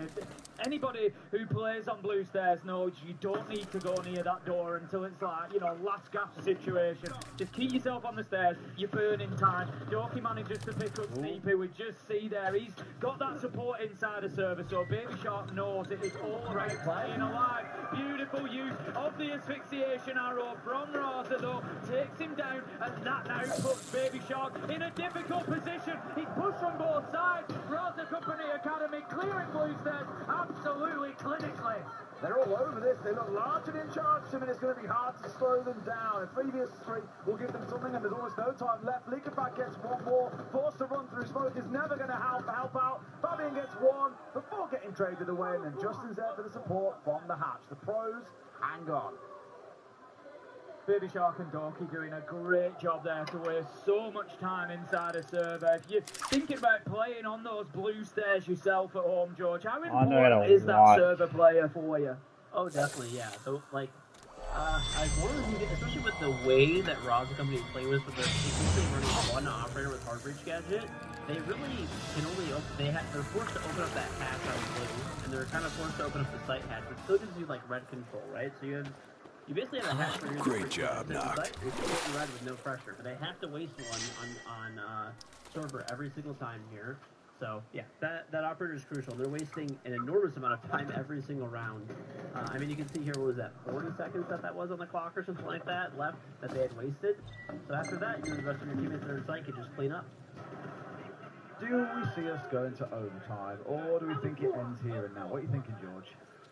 I don't know. It's actually much closer than I thought it was going to be. So the pros are holding on. Even Fabian, look at him. We go up to the top floor then for what could be our last round of the show match. Maybe, maybe not. We'll see if Raza Company can close this out here and now. Top floor for me on Bank. I think you've already sort of picked up on it. It's a tough site to hold on to, and I think this is where All Stars are going to be under some real pressure. I've been told, by the way, if we get to overtime, it's sudden death. First round wins one round. That's small fish. I don't want no small fish. Last chance saloon at that point. Go on, George. Sorry. Oh yeah. Yeah, I'm just, I feel like this, like I said, maybe I'll be wrong in the future, but with the new changes on the jump outs, this site is so much more difficult to play. I would definitely love to see teams playing more, open area, and maybe we'll even see a resurgence in tellers. We'll see. Yeah, I mean, we actually saw it during the tournament whereby there was a plant down, there was players on the window, and straight away you're thinking, how do we deal with this? How do we get past this situation? As it was, I can't remember which team it was now, but heads up play straight into lobby, managed to get the kills from the windows, but as soon as the teams play in the windows, cotton on to, that's our only position of risk. It's going to be covered, and it's going to make it so much more difficult. So I think, like you're right, as the season progresses with those changes, we're going to see, this site get harder and harder. The team better start their push forward here. Stock in their control. Saw them have some brilliant play around here last time around. We were attacking on towards this site. Moved forward pretty quickly. It was Kamikaze's 3K that really opened things up and secured the round win. Of course, he haven't found a kill for themselves just yet. Sneaky, the only one to fall. The thing's looking good for the All-Stars to send us into overtime. But a lot can change in 90 seconds, George. Oh, absolutely. So we have... I thought the structure in there. I saw you. Oh, no, yeah. Simon, here we go. Kamikaze gets one back. Doki off for a double in the back. Really is trying to take this serious. Raza and Bra are also down at the same time, so it really is Kamikaze to have to get all 5 kills to close it out here and now. Otherwise, it is going to be sudden death in overtime. Yeah, exactly that on the Twitch. DMR just looking to see if he could get a nice cheap one to kick things off for him. There's plenty of time, he can use that. In this 1vx situation, it's something you can take away for your own edge. You don't have to be rushing in, trying to find those fights every 2 seconds. Sometimes use 20, 25 seconds, let them come to you. See if you can get an easy pickup or two, as it is. Justin is going to take down Bravo after he's been picked up. Kamikaze manages to find him, but Baby Shark is there for the trade, and that's going to be the All-Stars taking us into overtime, Des. Final round. So there it is, right from the host. Winner takes all. Best of 1. Who's on which side? All-Stars are going to be on the defend. Yeah, that you'd say it favours them, but both have had 3-3 halves, so yep, it's line either way. But we do have a reset, and I feel like All-Stars has been playing really well downstairs since they figured out their... Okay, so I have 2 more hours. Although in this round, no Warden being brought along. Probably thinking he's heading towards the smoke to play on there, realising, okay, they're not running things like Ying, we'll be okay, we don't need to play Warden. If Raza Company read into that, it's going to be painful. Big info. Instead, what we're seeing them hover over at least at the minute is Bravo, and that's twice. The Levi from Highfield makes a return once more as his replays playoff boy from that last round. I mentioned Doki on his army team. He really is trying to make sure they can get this one done. Yeah, it's that point where the players really lock in here and say, right, we've got even adaptation coming along, right? We've struggled with the Evil Eyes, get the Bravo, the teams are really thinking about how they can get this win now. They know that it's 1 round, it's 1 and done, and we will see exactly where it ends up. Down in the basement, it's All-Stars defending to try and take the title and try and get this one won. All right, then, let's see if we can get done. George, you're seeing these lineups now. Any immediate thoughts? Has Raza Company got the tools that they need to get the job done? They definitely do. The only thing that kind of confused me is they hopped off of the Bravo that you were really happy to see, and they hopped onto an IQ instead, which there's not really that much to counter with IQ, but maybe they're afraid of potential Capcan traps or something, because they are running the shield again. Instead of the Blackbeard, though, they obviously which is banned. Now we have the ban system. We have the Blitz, so they're able to quickly clear everything to replace the drones, and maybe just want to make sure that that's clear for him with all the free plays. No, they're not rushing lobby, right? Right? I mean, not fully, because as you can see the lines off in the distance, but there are a couple of them hanging around here. That will be an instant drop. He's thinking about dropping, but I think there's just been a couple of shots towards the hatch from the smoke of leaking back there, so they know that they're aware, but Braga manages to work his way in through garage, and this is actually really smart. Make a lot of noise over by Vault, and then push in on the rear side from garage. Leaking back to pick up Iberites. Raz has managed to go down elevator and take out the smoke. It's all kicking off now. 4 versus 3. 3 versus 3 as Doki gets involved on his beloved Azami. Takes down Kamikaze. This is anybody's. A 3v3 to decide who takes the whole show match here. That reminder, it ends. This is sudden death mode to see who comes out on top. Right idea, but Doki just back towards the side here. And Raza, he's had a quiet game, Tim, but he's in a very dangerous position. Everything just slowing down a little bit now, Josh. Is this the point where you get back on the drums as the attackers see what's going on, what's changed? Yeah, you can definitely see them coming out here. Maybe the nerves are hitting a little bit. They want to slow things down, readjust, try to find Doki here. He's the one who's been really holding down this position over here in the vault. You can tell they're worried about it. I mean, he's left himself too exposed. Not tucking himself away, and Doki gets a freebie here onto a double in the round. We said he really didn't want to lose. And my God, All-Star gonna win it? The last two going here. Braga finding one, and down comes on through. It's a 1v1, and Fabian's the one in it, Tim. Could you ask for a better end? Absolutely poetic. He needs to make a move before Braga. Nice! It proves once again that he is the true God Emperor at Siege, closing it out in a 1v1. Unbelievable. You know he's going to be loving that right now. I can only begin to imagine how insufferable it's going to be on Twitter later. Surely going to be saying to Doki, well, I saved you there, didn't I, in the 1v2? But really good. You know what? I came into this thing in a case, a bunch of pros against Rise Company. I'd expect the pros really to come out on top in the end.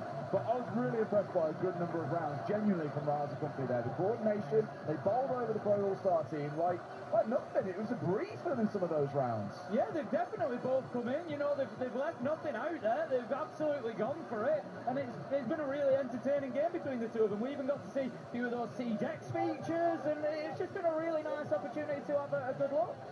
Oh yeah, especially seeing that one round that particularly sticks out to me where they were rushing with the Blackbeard and hit that pipe. That was awesome to see. Really good showcase of the new mechanics and environmental damage. And really enjoyed you joining us as well, George. Thanks so much for coming up and doing this with us. But now throwing down to Rob and the guys and the studio.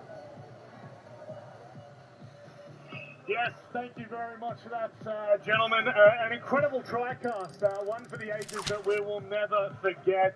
King George actually said something at the end. A beautiful showcase of Siege X. You get to see some new features, maybe some features that aren't tested in pro matches, but of course can be done for a show match. Leo, what a comeback. Yeah, a comeback from the organs, you know what? I actually was super excited to see Fabian team up with Doki again, because these two used to trash talk each other so much when they were on the same team. When Fabian was back, as a coach. And I was thinking, for Baby Shark, starting his T1 debut at this tournament, making semi-final, and playing here on the stage in front of a crowd with fucking legends, that's insane. I mean, speaking of Baby Shark, I'm glad he made the right decision getting out of the EU and playing in NA, because that region sucks right now. So, I mean, that's the reason why he's up here, his performance on Wildcard. And then, like you were saying, being surrounded by legends, gotta feel good. Yeah, I mean, it just goes to show that Fabian was the reason Europe won, because he closed out that last game, and without Fabian, the EML has definitely been struggling since then, so maybe you guys should get him back. I love the fact that the only NA team performing and making main stage is on the back of 2 imports, one Brazilian and one Frenchman. Well, we just import everybody. I mean, why not? They want to come over. That's not our issue. Don't start talking to imports with me. For the love of God, let's stick away from the imports conversation. Has there been an APAC player that joined in the NAL? An APAC player? Like that? I don't think so. I don't think there's ever been an APAC player that's joined. No, Virtue went to Euro. Virtue? He went to Euro. He went to Euro. Who else? That's it. Jigsaw static. I am an expert and I'm a professional. The homie. How did I forget? Well, we're talking NA. I wasn't talking to you. Okay. Well, gentlemen, obviously a little bit of a fun show match. Saw at the end there. Fabian closing things out. I think there's something poetic about that. If you didn't hear the trash talk at the very start, I highly recommend you go back and listen to that. That was actually some of the most impressive trash talk I've ever seen. but we can kind of move on a little bit. Maybe recap for everyone at home that might just be tuning in for the grand final, what we saw throughout groups and then heading into playoffs, just to set the scene a little bit more, Leo. If we look all the way back to, I'm just going to say phase one. I won't say day one. Let's not start day one. But what was probably, I guess from your perspective, what was the most eye-opening thing? Yeah, I think there were very different takeaways, right? This phase one starter with the format and the bullets, you had very different strategies. You had the aggressive teams that went down and reloaded as many bullets as they could. Furia was one of them because they could beat any team in the tournament.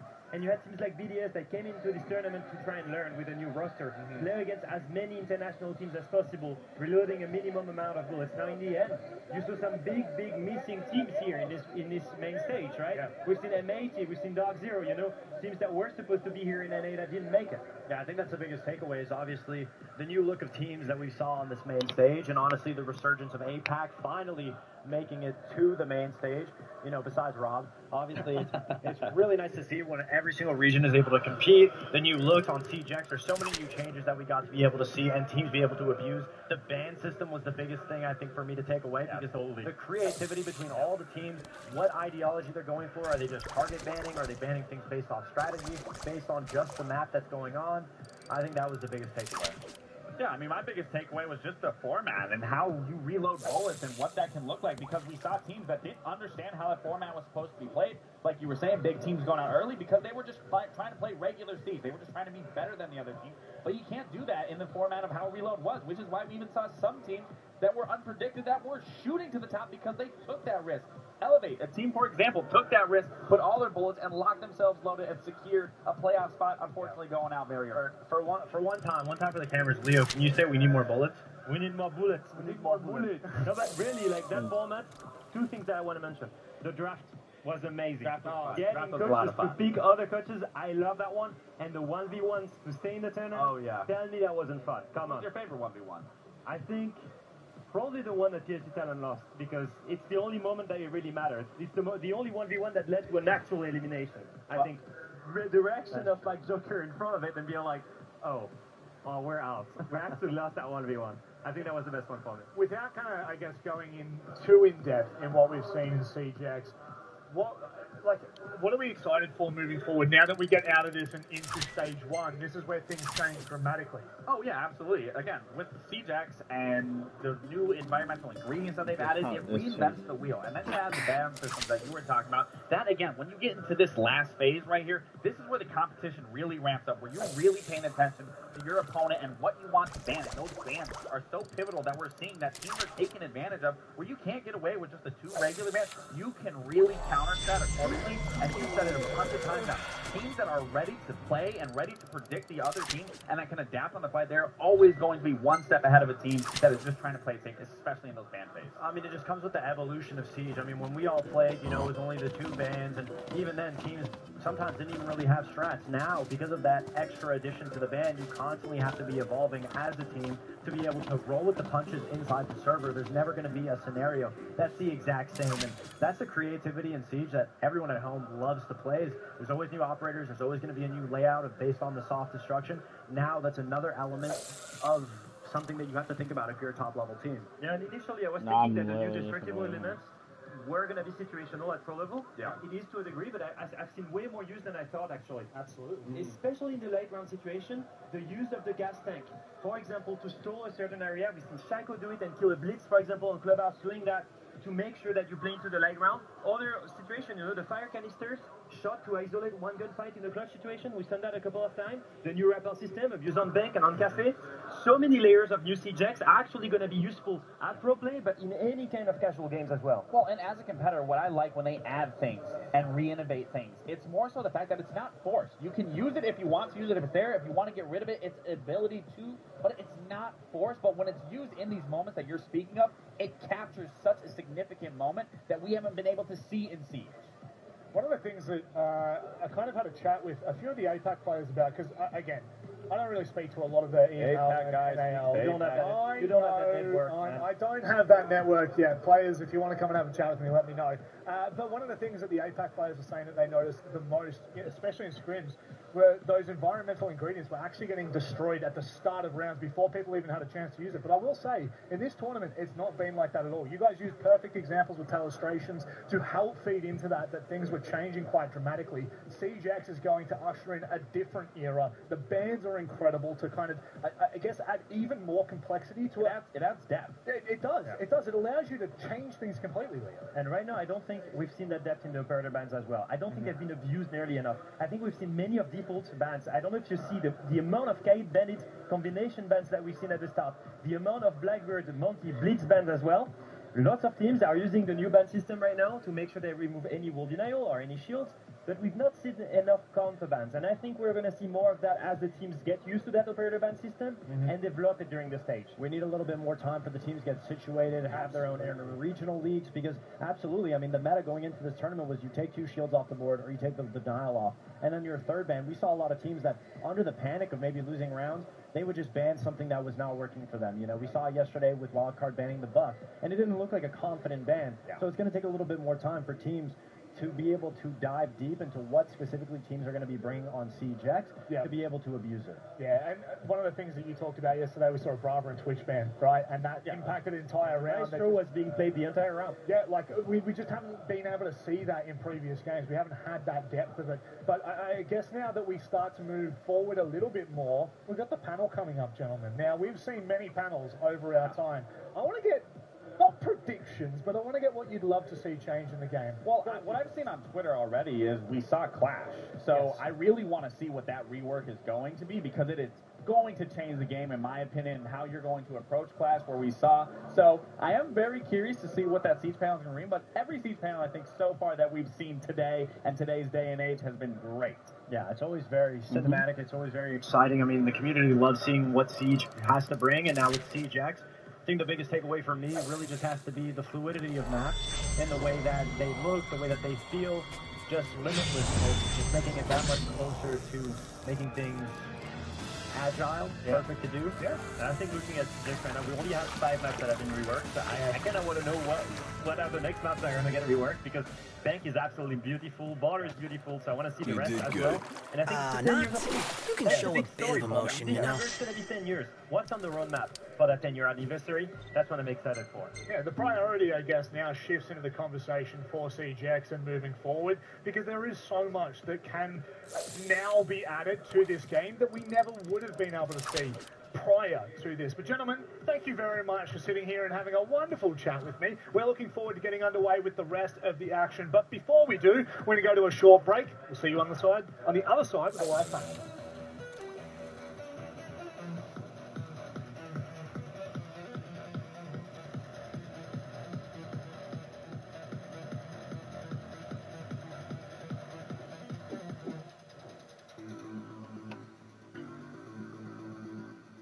Ooh. Year 10 Roadmap live panel. That happens in a couple hours. Actually, in 2 minutes. Then it's the grand finals, CAG versus Syria. Okay. Right this second at some convenience store somewhere, there's someone really wants soda. But that same someone's stuck between something with too much buzz or something way too boring. What if there were a better soda? Hey, yo! Read the sign. Weird policy, but okay. Get a poppy. Okay, that's what's up. A soda with 5 grams of sugar? Drink it, you buy it. Dude, yes.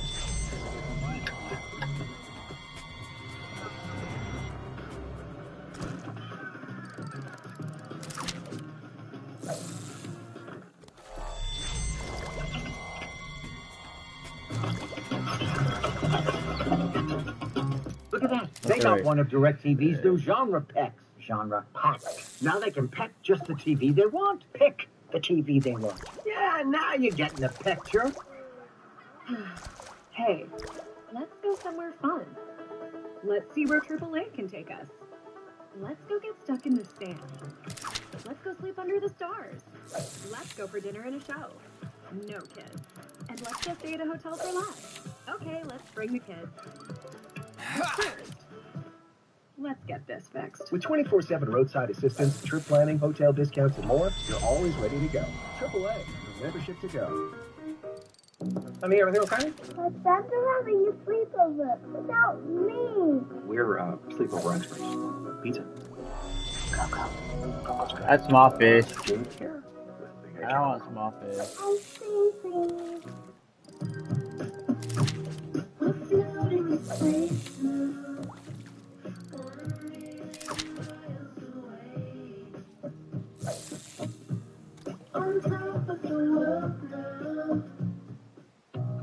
Next level dog people give their dogs next level protection with NexGuard Plus. One and done monthly parasite protection against fleas, ticks, heartworm disease, roundworms, and hookworms. Used with caution in dogs with a history of seizures or neurologic disorders. Get next level protection with NexGuard Plus. Ricola Throat Balm. Coats and protects your throat. A center with liquid honey wrapped in smooth caramel flavor. Ricola Throat Balm. Coat your throat. Ricola. Minecraft is creepers. Flipping fields, enderpearl.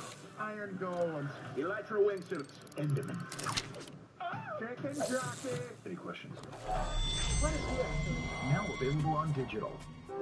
Arthritis causes pain in your joints. Unlike pills, Voltaren gel is applied to the site of pain, penetrating deep through the skin to the joint, reducing intense pain caused by inflammation so you can move more freely. Voltaren, clinically proven, long-lasting arthritis pain relief.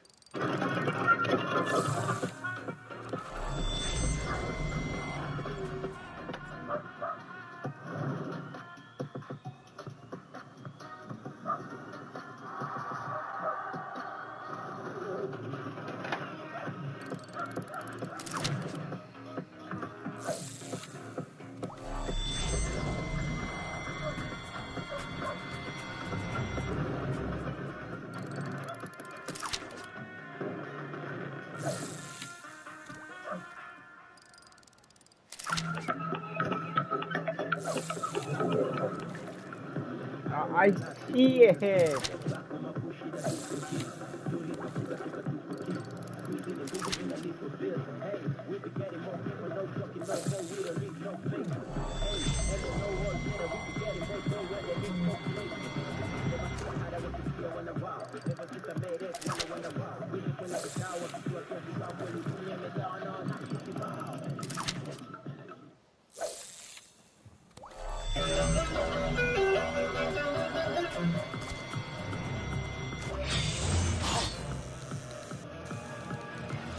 Oh, not it, but I'll take it, I guess. No, probably not the faces you were hoping for, but we've just got a small delay for the live panel, so we're going to sit here and break down a little bit more of what we've seen. A big discussion that we had, gentlemen, off stage, and I guess kind of coming into the finals was the fact that EML, NAL, we're not really seeing a lot of those teams here, especially on that stage. Leo, well, now I get to throw dirt at all of you because you're all from those regions. That's not going to live in the moment. I'm going to enjoy it because we had 3 APAC teams here, but let's just talk about it really quickly. Are you at all concerned? I'm not concerned. You had to wait 10 years to see an APAC team on that stage. I have had that for almost every year now for 10 years. So I will be fine with an European team not being in ranked finals for now. I will say the big story is that every region should team up against Brazil because they're still on top of the world. They still have the most talent. And at some point we've got to ask ourselves the question, what is costing our region? Why aren't we back to the top anymore? And I think one of the big discussions has been the grassroots. I don't think we've been developing grassroots enough. We've not been looking for talent and developing it. Brazil has had loads of LAN events, loads of official matches, loads of products and good quality of streams to improve, and that's something that has been missing in other regions that we need to develop right now. Absolutely. Taking T2 Rumble seriously. I mean, it was so rough in North America. We had to get Baby Shark. You know, so we pulled the next generation of Europe to get me as well. Wow. You've improved. That didn't go well. I was not going to say that. I mean, I wouldn't be too worried if you're North America America or EU right now, just because it takes a little bit of time for teams to get developed. I know a lot of teams in those regions have recently made roster changes another too, day. whereas No Furia need to didn't really force make it. any changes. Yeah. PPlatinum did get Palu, but Great. from, More small Liquid, fry. who's a storied player, so Yeah. a lot of the changes in North America and EU have been really full restructures. Isn't there anything big besides here? Falcons, you know? So that's Not feeling ambitious. and talking about the grassroots system, because what's been a great system for the SAL teams is the fact that they've stayed together. When you look at the top teams, look at FaZe, you look at Furia, even if they don't find success, I mean, FaZe is a prime example. They've gone through their renditions throughout the year, but consistently as of, I mean, what, the last 2-3 years, they've stayed the exact same roster, and then even for Furia, they got off to a good start, had a solid year, the best year that any team has ever had in history, and then they kind of fell off. They weren't finding that same success, but they haven't made any changes, and they're here back on a grand final. So I can't, I can attest saying, you know, the FaZe and Furia you're mentioning, where is W7M coming from? From Brazilian grassroots. Where is Loudcat coming from? Brazilian grassroots. Once again, they have so much talent that they've developed, and that's why they've got such a variety of style. And because they've got that variety of great teams, that they can get such a good stream quality and get consistently better than the others. Absolutely. I mean, that was the biggest issue with APAC, was the fact that there wasn't really much practice. There weren't many teams for you to get better, so all of their preparation came from practicing in tournaments, and they used that as a learning experience. And hey, 10 years later, we finally got a team to be able on the main stage. Oh, you're on that's fire! Something to say for it. Now, as for NA and EU, I mean, you can't be worried. I do agree with Black to a certain extent of longevity in rosters. I feel like in North America, you play one bad event, or you know, you look at somebody on your team the wrong way, and you're like, we don't want to give this team. So a lot of teams just don't like working with players. Instead, they would just rather make a brand new switch. But at the same time, What happened after the day when he said that? I just like it just ringed in my ear. Like we looked at a player, we got rid of him. What's going? So wildcard, brand new roster pretty much. I mean, sometimes changes do make teams better, but at the end of the day, working through your issues, understanding the level of the issue. Is it the player? Is it just some type of strategy, teamwork? You know, I think effort goes a long way, and one thing that the SAL does the best is the effort. You can feel the atmosphere with all the Brazilian teams. And how about the international events that we've got coming up? Munich, Paris, we're going back to Europe. We're feeling the love from the home country. Oh no, Lax going. I saw how it's going. Hey, I was going to say great memories, especially in Germany. I mean, one, I visited GameStop super early on. I actually beat you guys. I'm pretty sure we played you guys. I think. No. We didn't play you guys. I got the wrong fish. But then, Insane. No, Cologne. We were in Cologne for Gamescom. And then we were in Berlin. I got dropped there, You but it need was to- still a good experience. I still enjoyed all of Germany. And the fact we're going to be back there again in Munich, I'm excited for it personally. Who's the decision, by the way, after Berlin? Tiny fishes. Putting you in the spot here. Who made the decision to drop Lax? I mean, it was a team decision at the end of the day. I see how he does it hard. We have to look at the number out a little bit. What happened Beginner's if something luck. else happened in Munich? You know what I'm going to say is, we actually have a clip from a very, very long time ago. Maybe not Great that long job, ago. Knocked. Do you know what you used to play, Fox? Because I'm pretty sure the production does. No. Yeah, look at this. Look at this. Look, a completely different game. It's not even the same. We're not even looking at the same thing anymore. That's you beating the Grand Finals team right now. Yeah, that was us beating Cyclops. How'd you go there? What? Can't you capture something bigger? Talk about backseat fish. Oh, you're on fire! You have to change it all, unfortunately. I'm not even that good. No, it's definitely better than that, I think so. Can we actually cut back to Nice. go on the side, like literally, all it is just a That doesn't look like me. wow. Turn to the side for us. Turn to the side. We want to see it. Yeah, Lax looks kind of different in that video. No, I mean, that was a great event, though. That was SI 23. That was, we got third. Just after replacing you, we got top 3. That was definitely a moment. We were like, Can't you hook something like so good, and then boss we didn't make level? our event for the rest of the year. I'm going to be honest, I was praying on their downfall, and realistically, they didn't place any higher than when we were on the team, because we played third, fourth back in, 2019? 2019, yeah. 2019. So I was, trust me, at home, I was sitting there like, lose. Every time they were getting closer. Right. Well, Leo, at this rate, when's we're the gonna last time you fish made this it? place dry. I think it was really major. Really major. You know, and how high did you get? I think it was top 8. I looked before.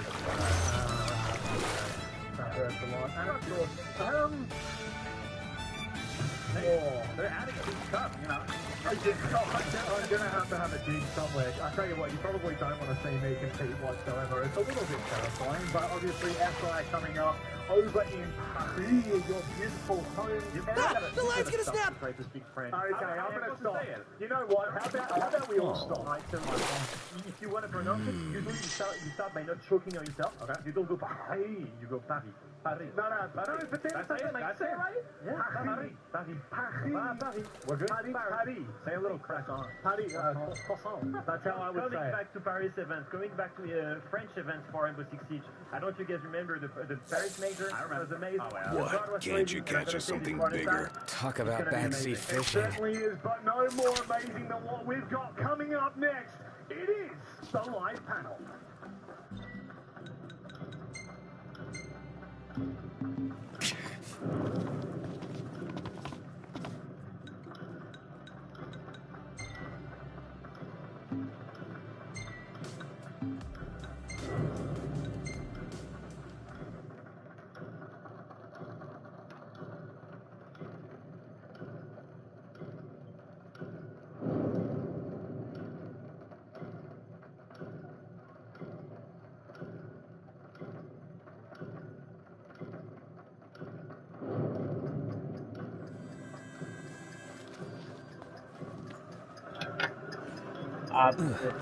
Basically. I'm all sticky and gross. Woohoo! About time!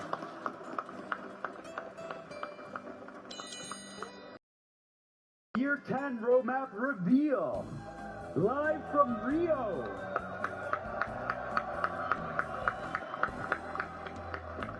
Brasil. Muito obrigado por nos receber. É uma honra estar aqui com vocês. I'm Alex Carpazes, creative director on Siege, and I'm here with Joshua Mills, game director, and Christopher Budgeon, live content director. Today is a big moment for Siege. Love 9 with fishing. We're weeks away from a new era evolving the game we all love. The past few level days, 9. we watched the first ever SiegeX esports competition, and it's been exciting for the whole team to watch the changes come to life. Yeah, and normally watching this pro scene keeps us on the edge of our seats. But this time, it hits a little different. Seeing all the hard work the team's been putting into SiegeX live on stage makes this an incredible moment. Now, I'm not about to get all emotional again, but this does mark a defining moment for the game. We've set ourselves up for the next 10 years of Siege. We've done this all while staying true to what makes Siege unique. Today, take out the cheaters. We're here to look ahead beyond the launch of SiegeX. The Year 10 roadmap lays out what's next. Seasons of updates, new features, and of course, our promise of long-term support for this game and the Siege community. Make it run better. Make the hit registration actually hit. Permanently remove people that are using Cronus on or MMK on controller. That's how on it console. keeps changing. We're going to show you how that continues across Year 10 with updates built for longtime veterans, returning players, and those jumping into Siege for the first time. And it all starts with Season 2, launching with SiegeX on June 10th. That's right, Christopher. And the launch is also about reinforcing our commitment to creating a competitive, fair, and fun environment for everyone. With SiegeX and R6 Shield Guard, we're reinforcing our commitment to a fair and competitive environment. It is a constant effort and one where we're gaining ground every day. To walk you through the updates and give you a clear look at what R6 Shield Guard will mean in Year 10, here's Adrian Fress.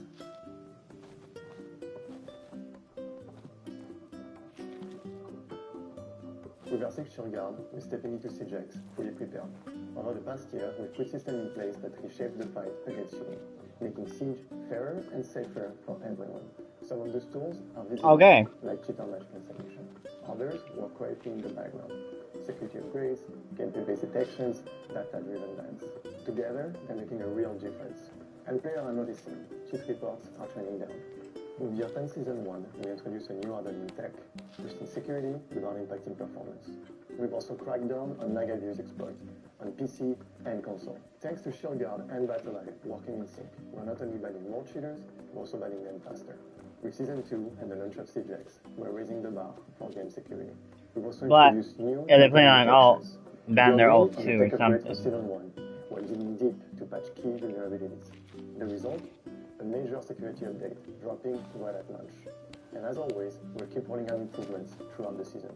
But the biggest game changer in Season 2, our 6 ShieldGuard, our new unified anti-cheat system, is now fully dynamic, pushing updates live to stay ahead of cheat makers. At any point in the season, yeah, but please make your mousetrap and actually work. Directly to players. Every single new executable changes security measures, so cheat makers have to adapt again. This puts cheat developers in a constant race, making it harder and more expensive to make cheats. That means fewer cheats available and for shorter windows of time. As we move forward, player protection remains our top priority. With our 6 ShieldGuard, we're staying proactive, continuously updating to stay ahead of cheat makers. For the rest of Year 10, we'll keep delivering security updates with every patch.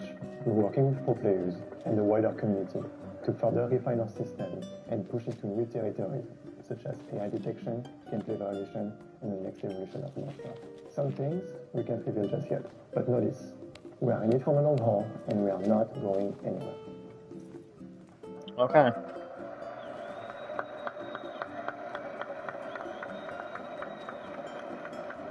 Our 6 ShieldGuard gives us the ability to protect Siege in real time, deploying updates whenever needed. That's why the launch of CJX will be the most secure in the game's history, upholding fair play and sportsmanship while taking the fight to cheaters head on. On the other side of the equation, the anti-toxicity team has seen a sharp decline in toxic players. This year, we're going even further to improve communication and refine how the game responds to disruptive players. To break down what's coming in Year 10, here's Lanslow Satche.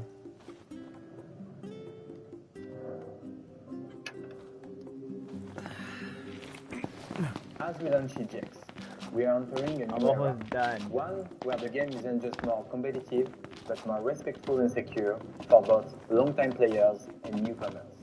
Back in March, we fully activated the new reputation system, and it's already making an impact.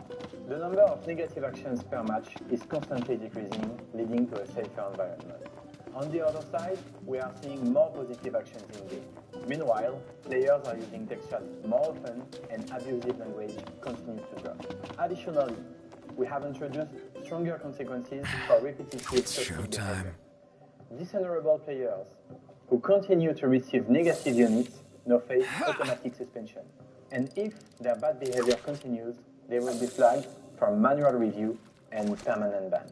And we are not stopping there. Our priorities for the rest of Year 10 are clear. Voice chat moderation. This will be one of the most important upgrades yet. Built on everything we have learned from automated text chat moderation and designed to be fair, effective, and player first.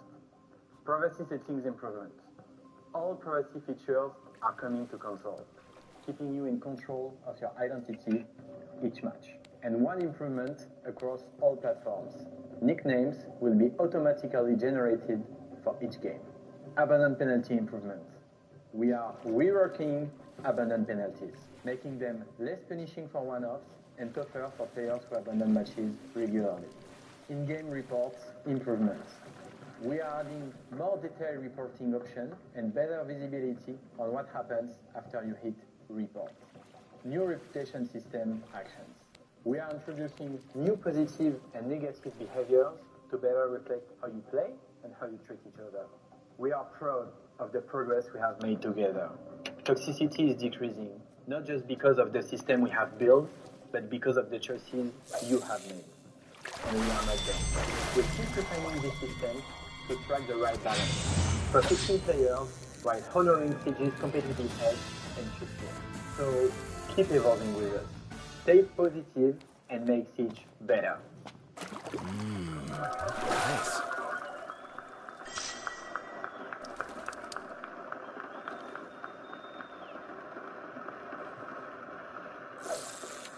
We've talked about how R6 ShieldGuard and anti-toxicity are helping us shape a better Siege for everyone. It will continue our consistent, transparent updates every 2 months through blog posts and our panels. But now it's time to shift gears and talk about the rest of the updates for Year 10. In Season 1, Operation Prep Phase, you had the chance to change the flow of engagements with our newest attacker, Aurora. You can show a bit of emotion, you know. Preparing everything for this next era of Siege. And now, we're stepping into the light with Season 2, Operation Daybreak. Starting with a recap of what we shared at our SiegeX showcase. SiegeX is the biggest evolution we've ever made for the game. And we've already shared a lot Year 10, of the Season details 2. from our showcase last March. Okay. Let's start with a big one. Free access. Beginning June 10th, we're opening the doors to even more players, making it easier than ever to jump into Siege with friends and an improved onboarding experience. Next up, Dual Front, new 6v6 game mode. Permanent 6v6 game mode that mixes attackers and defenders in the district map. We're modernizing 5 maps: Bank, Clubhouse, Border, Chalet, and Cafe, all updated with improved detail, lighting, and materials. We're adding new destructible ingredients, fire extinguishers, gas pipes, and metal detectors that open up new strategic opportunities to shift the momentum of a round. Better movement controls while rappelling and on the ground. Advanced rappel improvements allow sprinting and turning corners. Core movement now carries momentum, bringing more fluidity to the game. We're revamping the pick and ban system, giving each team more control and making every decision more strategic. For quicker callouts, new communication wheel enables accessible communication for everyone. Okay, I do like that. The new communication wheel. Feature to the game, Weapon Inspect, to let you flex your favorite skins and charms at any time. The pain was. Whether it's mid-match,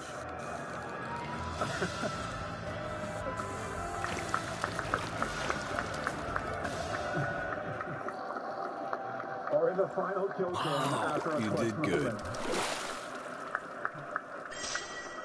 And while we're welcoming new players, we haven't forgotten about those who have been with us from the start. That's why we're introducing Veteran Rewards as a special way to celebrate your time in Siege.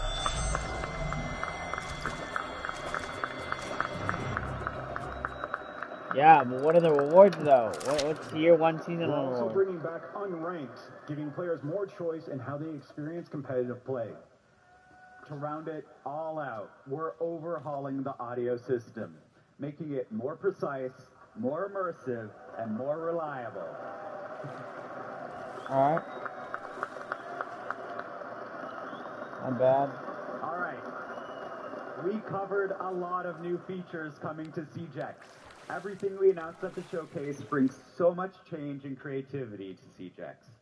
And yes, we did keep some surprises. Josh, how about we talk about the world the pros compete in? Absolutely. Siege Esports is bigger than ever. With leagues across every major region, stacked teams, packed arenas, and fans showing up around the world, this scene is thriving. It's exciting, it's emotional, it's the best of Siege. Hell, it's the reason we're here live in Rio de Janeiro!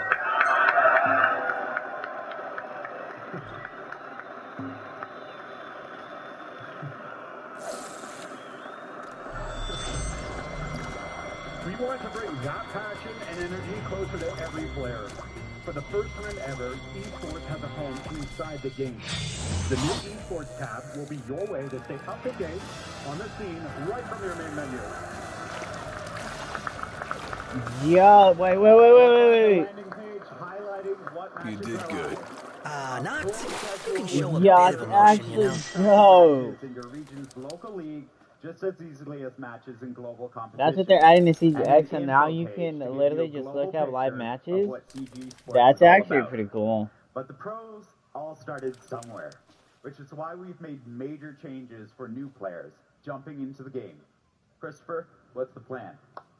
Well, our focus was making the game more welcoming for new recruits.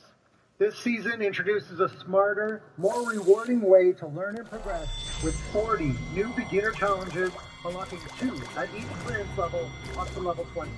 This will help your players focus on what matters. Oh, we got a big one. Leveling your clearance level now feels more rewarding. You'll earn 1,000 renown with every level. An alpha pack every 10 levels. And new players will unlock modes and operators as they progress. That's right. We've completely revamped the clearance level progression. Nice. If you're level 100 or higher, your clearance level will be adjusted to a new XP curve, meaning you'll level up faster and more often. And as for training, we've replaced the beginner versus AI with a new enlisted playlist, featuring a smaller pool of maps and operators for a smoother learning curve. Returning players will also have access to a new field training playlist, where you can customize your training experience, choosing your map and settings. And these aren't basic bots. Our AI is trained using real player behaviors, giving you the chance to practice with updated gadgets and real siege scenarios. Oh, okay, so the bots got a rework and an After some update. time away, we've added skill decay, which lowers your skill rating after 90 days of being away from the game. It's all about easing you back in to the competitive ranked experience. There's never been a better time than to jump into Siege right now. And when you jump into Siege X, you'll notice immediately. Where's it?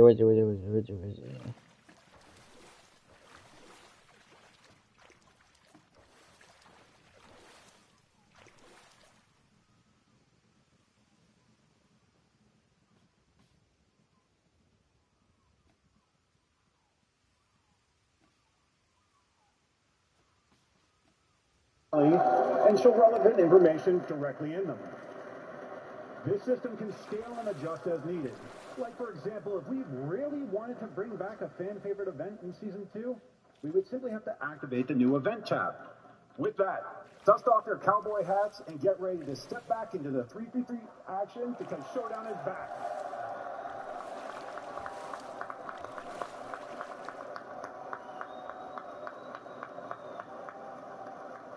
Showdown won't be the only event in Season 2, because starting now, every season will feature 2 limited time events.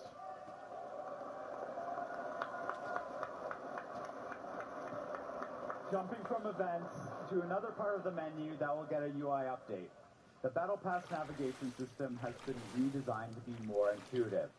The map-like progression menu can be panned and zoomed with your mouse, which lets you focus on the path you want to take to the rewards you want to unlock. And if you're chasing cosmetics, 2 new animated rewards are waiting for you in this season's Battle Pass. We're also introducing new challenges to support different player goals, whether you're focused on progression, onboarding, or competition. That includes the progression tracker to track your Battle Pass objectives, new onboarding challenges, and progress towards unlocking exclusive dual front skins. Operator skins are a great way to show off within a match. But Alex, I've heard we're going further, letting our operators interact with each other at the beginning of a round.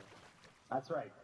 Both the audio and universe team has been hard at work bringing more personality to our operators while they're on a mission.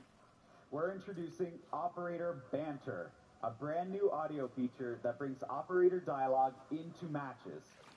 Hearing the characters we love interacting with one another adds so much to their identity. You'll hear lines triggered naturally at the beginning of rounds, short exchanges, reactions, and moments of tension between characters. It adds personality, context, and just the right amount of drama. Oh, here's a taste of what you can expect.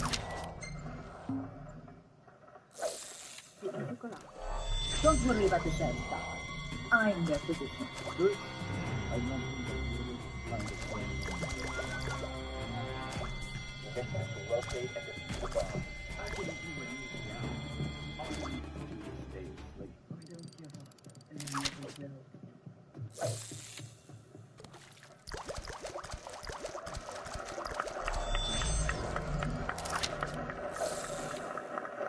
Time to move up from Little League, don't you think?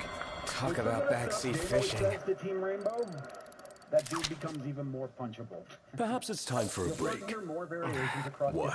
Can't you catch us something bigger? Talk about backseat wide range of fishing. scenarios that players will discover organically over time. It's all about adding that extra spark of life to every round you play and bringing the universe of Siege into the game. Now, it's time to get a little analytical. Stats are essential to learn and grow in Siege, and the Career tab has been missing something that can help with that. The Career Stats Tracker will go live with Siege X, your personal performance menu, fully integrated into the Career tab. That's right. It is the place. Nice. Identify your strengths and track your performance. Stats are broken down across ranked, unranked, and quick match game modes, with dual fronts and more coming in the future. You can even filter by season, so you can see your evolution over time. A well-known content creator once said, Siege isn't just about your KD, and he is right. Now, you can check your KOST, kill, objective, survive, trade, just like the pros, and measure your consistency and round impact the way they do. Your progress matters, and with these tools, you'll have what it takes to climb the most competitive playlists of the game. Like, for example, Siege Cup. Alright, Brazil, this one's for you. We could tell you what's next, but instead, let's hand it over to someone the Brazilian Siege community knows very well.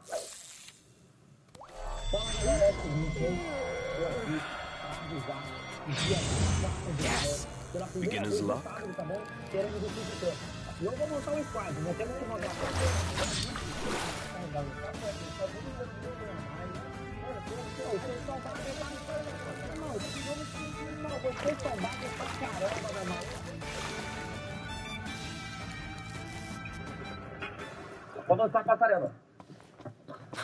Great job, Noct. O cara tá com pista de baixo. Pô, vai tomar no seu cu, mano. Olha o que esse cara tá jogando, mano. Eu vou chamar umas máquinas pra carregar nós. Aceita, aceita. Man, isn't there anything big here?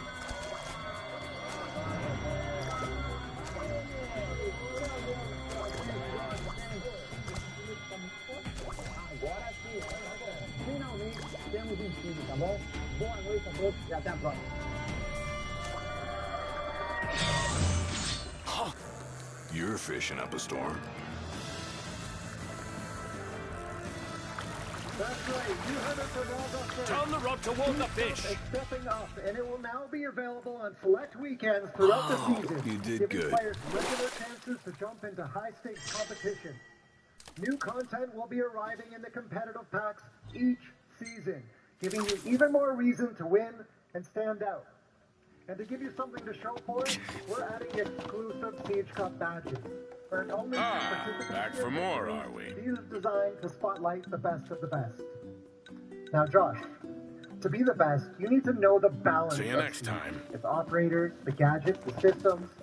Are we seeing any changes to the meta this season? Oh, there'll be some changes when Season 2 hits, and we took the time to prepare for it. In Year 10, Season 1, we held off on major balancing updates. This allows us to have stable data leading into the launch of Siege X. New elements like destructible ingredients, momentum-based movement, and advanced repel all impact the balance of the game, so it was critical to start with a strong foundation. With all that in place, balancing updates are back on the menu for Season 2. Some of you already spotted a few balancing changes during the reload competition, and you are right. We've been testing and tuning, and now is the time to break it all down. Let's dive into the system update the team's been cooking up. We will be implementing a reduction to our global limb damage multiplier.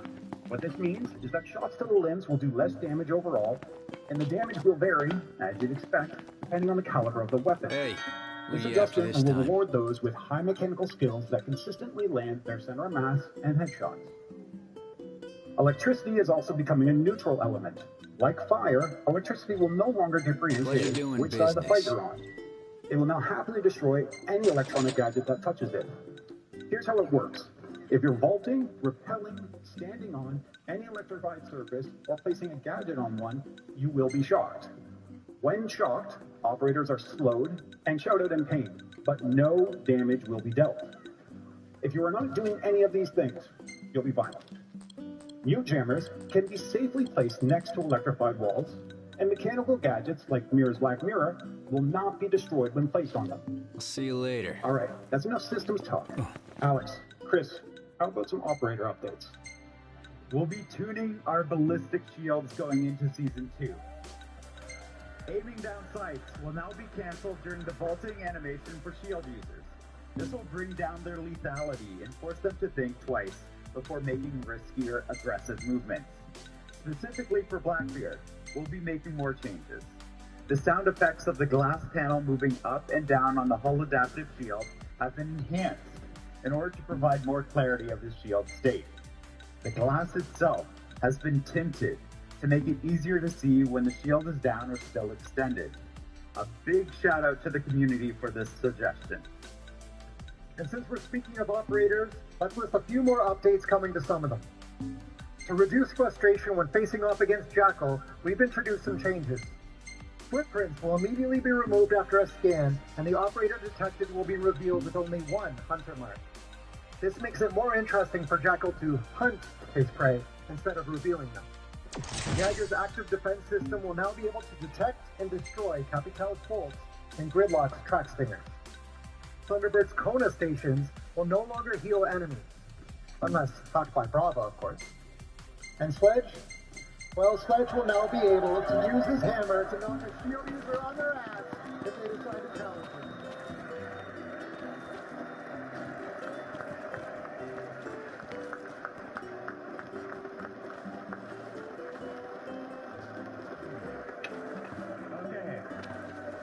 So we've talked about changes coming to our operators and some gameplay systems. But what about this season's operator? We'll be taking this opportunity to remaster someone who made their first appearance back in Operation Grimsky. We're updating Clash.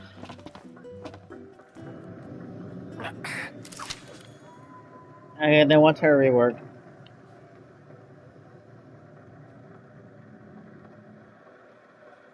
They gave Clash hair? That's the team went crazy. back to the core of the operator and rebuilt her from the ground up, keeping what worked and improving what didn't. Clash will be returning to the field with her redesigned CCE Shield Mark II, and it's packing some new functionality. First, Clash's movement has been greatly enhanced as her shield can now collapse and expand automatically depending on the situation. It will collapse while she sprints, crouches, vaults, and even dashes through barricades. It will remain extended when standing and moving around. She now has access to the free look feature similar to that of our other shield users, allowing her to have better situational awareness. The taser on her shield will no longer do damage because of our electricity update, but will still shock and slow opponents when activated. The biggest change comes with how she can now deploy and anchor her riot shield in the ground. This means Clash not only can play off her own shield, but she also gets the added benefit of moving faster because she's no longer carrying it. If you find her shield deployed in the field, don't underestimate it, because a new trick Clash has is the ability to activate the taser remotely, springing a trap on unsuspecting opponents. To counter this, it's important to know that when the shield is deployed, it is vulnerable to explosives and anyone who can get close enough to it and bash through it. We look forward to seeing how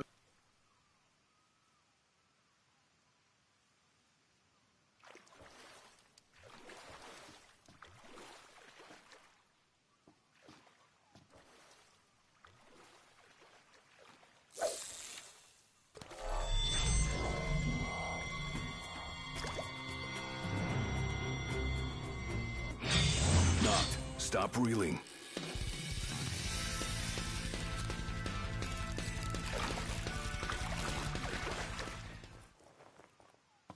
And new faces joining the Team Rainbow roster. He's a defender, he's from Switzerland, and we are anticipating some pretty insane plays to come from all of you when you get your hands on this gadget. New defender? He may be in the shadows now, but in Season 3, he's going to unlock your creativity with the way you defend. I really love what this gadget brings to defense, but our Season 3 operator will also bring a little extra hardware to their loadout. We know how everyone loves a new weapon added to the arsenal of tools at your disposal, and this one fits so well with the destructive nature of Siege. You'll be able to use this new weapon when our Swiss operator launches in Season 3. And we can promise this, it packs a punch. The new operator will bring fresh developments to the story of Siege, something you'll be able to play with an update to Dual Front. A new neutral sector assignment will introduce unique mechanics tied to lore-driven objectives that can swing the outcome of a match in Dual Front. The team is already hard at work on this, and they wanted to share some concept art that sets the tone for the next chapter. Take a look. New seasonal assignments bring a lot to Dual Front. In addition, each season features 2 seasonal operator rotations, shifting the meta and introducing new exclusive cosmetics through monthly challenges. Ooh! We'll be monitoring it all closely. Cosmetics and monthly challenges? Tailored specifically for Dual Front. But Dual Front isn't the only map that's getting updated in Season 3. Alex, which maps are we modernizing next? Oh, whoa, hold on. We'll get to that. As a reminder, one of the biggest goals for CJX is to bring every part of the game up to the standards players expect. Season 3 continues to push to modernize iconic maps with improved lighting and new destructible ingredients, all while preserving what makes them special. That's right. But that's all we're saying with the new modernized maps today, right? Yeah, that was the plan, but come on, we gotta show them a little something. Who wants to see more?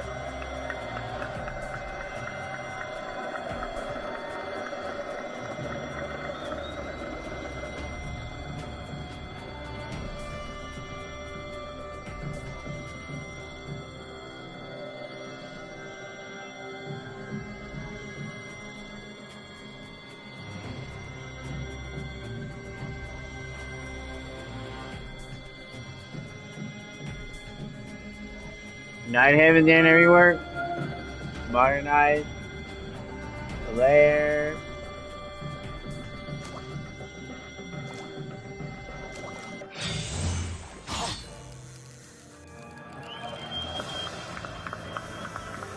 Night Haven, Lair, and Consulate are all getting the full modernized treatment in Season 3.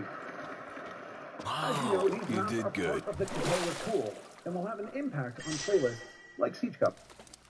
That's right. Season 3 will also bring new improvements in our plans for Siege Cup. Inspect Squad Stats now allows you to inspect your opponent's team before the match even begins. Everything from the ops played to KOST, it'll be your chance to plan smarter, counter better, and make every round count. Oh shit! We also wanted to give you more opportunities to play Siege Cup. Starting in Season 3, Siege Cup will be available every weekend. Okay, every weekend. That means more matches with your squad, more competitive points, and more opportunities to prove you've got what it takes. Scouting your enemies, playing every team so far, Season 3 is turning Siege Cup into a true proving ground. While Siege Cup is where you'll bring your A game, the esports tab helps you follow the pros at the highest level. That experience will keep evolving in Season 3, with a focus on making competitive Siege easier to follow for everyone. Each Tier 1 competition will have its own dedicated page, so you can follow every league, every region, and every match with ease. We're also giving key events their own spotlight. You'll find dedicated pages for every major, and of course, the 6 Invitational. And to tie it all together, we're adding a new page for global standings. So now you can see exactly how teams are performing across the season, who's climbing the rankings towards SI qualification. The most competitive tier of Siege keeps on growing, and now the esports tab is ready to grow with it. And we said, to be the best, you need to know the balance of Siege. Hey Josh, it's coming to balancing in Season 3. Season 3 balancing will be focused on reviewing the new data from the massive launch of CJX, as well as listening to all of you.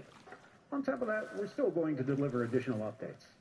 We will be diversifying a number of loadouts this season by reissuing one of our newer weapons to multiple operators. The goal is to give you more control over how you play your favorite operators and allow more access to weapons that were once exclusive to a single operator. There's more on the horizon, a recruit update, and plans to explore magnified scopes on defense. Before we wrap up Season 3, this Halloween, the horrors found a new home. Some of you might recognize this fan favorite map, but something still feels cursed. And don't worry, the bathroom is not haunted in Doctor's Curse this year. Heck yeah. It's time to move to the next and final season of the year, Season 4. This season, we will be bringing another operator remaster focused on one of our Pathfinder attackers, who will receive a full update, refreshing their gameplay and enhancing their role in the Siege experience of today. Wait, who's this? The goal with this remaster is to raise the skill ceiling with this operator and unlock more thoughtful, creative strategies throughout the entire round. Along with remastered operator, we're bringing some new firepower that will enhance some operators' loadouts. What's the plan, Josh? Similar to how we're redistributing one of our newer weapons in Season 3, we're introducing something slightly different in Season 4. A new weapon, available for multiple operators when it's released. This allows us to open up new potential playstyles for the receiving ops and even influence squad lineups. Those new squad lineups will be headed into a few more modernized maps in Season 4. Chris, where are we going? 2 more maps are being modernized in Season 4. Theme Park and Skyscraper. Here's a first look at Skyscraper, now rebuilt with enhanced lighting, new destructible ingredients, and sharper visual clarity across the bold. It's a bold update to a classic setting made for Siege X. And on top of those 2, we are delivering a full map rework. That means completely reworking and modernizing a map that isn't in our current competitive pool. This map will be elevated directly into the ranked pool, joining the highest level of Siege play. Other destinations for players to visit are the training tools the team have been hard at work on. And reports are coming in that the Carries Legion are invading the target drill. We've heard that you wanted more than just static dummies to train against. So now, you'll clear moving Carries Legion targets positioned just like real defenders, navigating key rooms so you can learn the map layout, giving you the instincts you need for live matches. And if you want to know the location of stairs, cameras, and destructible ingredients, you can toggle the guidance on or off anytime. We're also adding AI allies to both enlisted and field training to give players the real squad experience. On top of this, we'll be testing out a new tool, introducing the mini-map in our training playlists. That's right. This new perspective will help players navigate faster and gain that crucial map knowledge. And that's not all. Season 4 will bring more updates across the board. We have improvements to ranked matchmaking, a new assignment in Dual Front, continued work on balancing, like revamping our EMP and jamming systems, even shaking up our hard reacher balancing. Additionally, we will have updates to the esports tab. And Siege Cup will continue to be available every weekend, giving players even more chances to compete.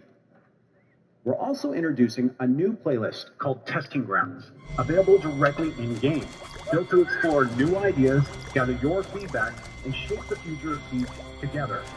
Our first Testing Grounds topic, Speed and Armor. There's a lot more coming, and we'll be sharing those details soon. To see it all together, here it is, the complete Year 10 roadmap. Good. 4 seasons, 4 major steps forward for Siege, with new content, more events, and impactful features, improving the experience of the game that you love with even more to come. This is the new foundation for the next 10 years of Siege.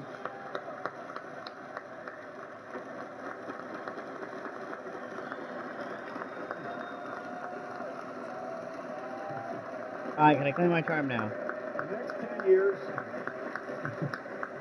next 10 years starts with Siege X. Every season builds on it. Every update pushes the experience further. This is the future we're building with you. Whether you've been with us since day one, returning from a short break, or just jumping into Siege as a new recruit, this is the best time to play Siege. There's still something we need to highlight. As you can see on the roadmap, 2 events are lined up for Season 4. One of them will be in December and marks a huge milestone for us, the 10th anniversary of Rainbow Six Siege.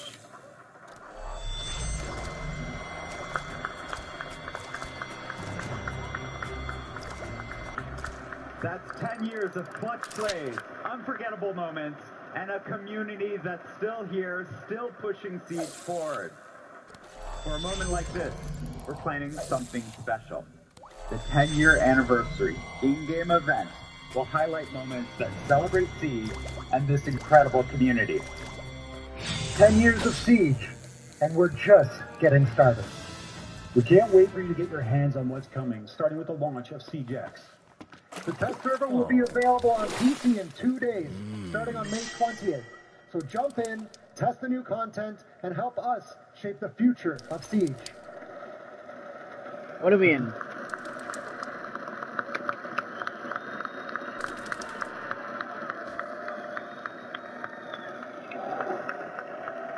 From all of us on the Siege team, thank you for your passion. I was hoping to see something your epic. feedback, A mortal your support, struggle between man and and your fish. love for this game.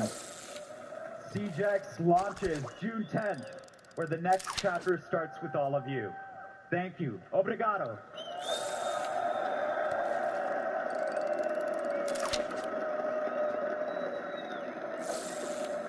Can't you hook something like boss level? What? Can't you catch us something bigger? Talk about backseat fishing. Changes coming to Siege X and things that will completely reshape how we've done things in the past. Guys, there was so much information in there. You can hear what Yeah, I'll be right back. thinking at I'm gonna take a all small break. moments.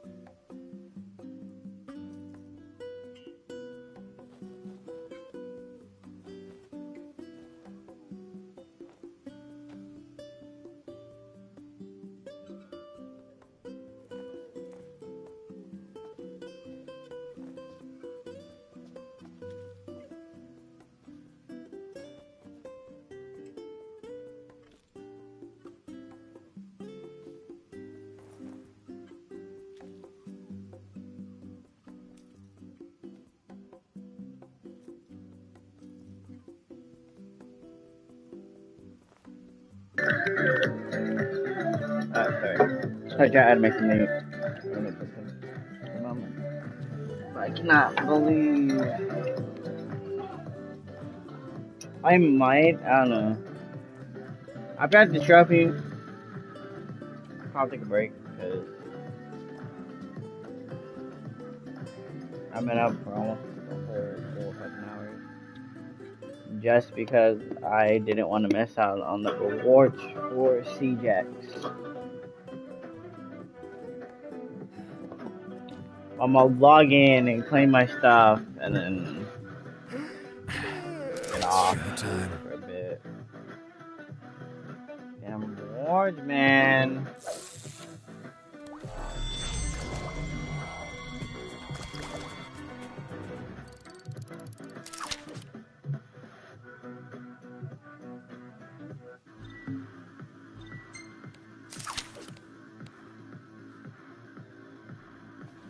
We are back.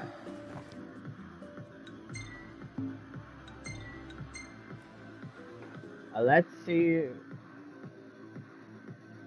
Next up, 30 seconds. The grand finale.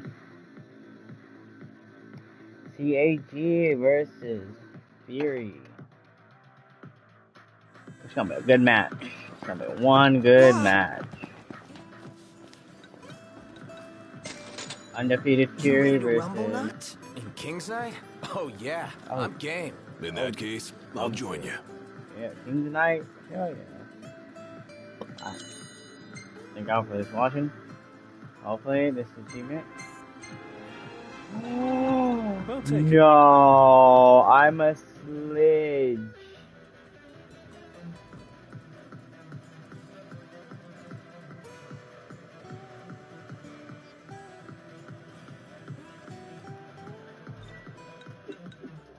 There are so many changes coming to the game, coming to Siege X. One of them that I noticed was, of course, shields that had a huge impact over the last year, especially in the esports division. However, there are always players that stand out. There are always players that think that they're better than everyone else. Spirits might be one of those players. He called out Anita earlier this tournament via a tweet. You're more than welcome to go and find it. But they had a cheeky little one-on-one to finally decide. I need 1 million in XP to get to 100? Haha, that's a lot.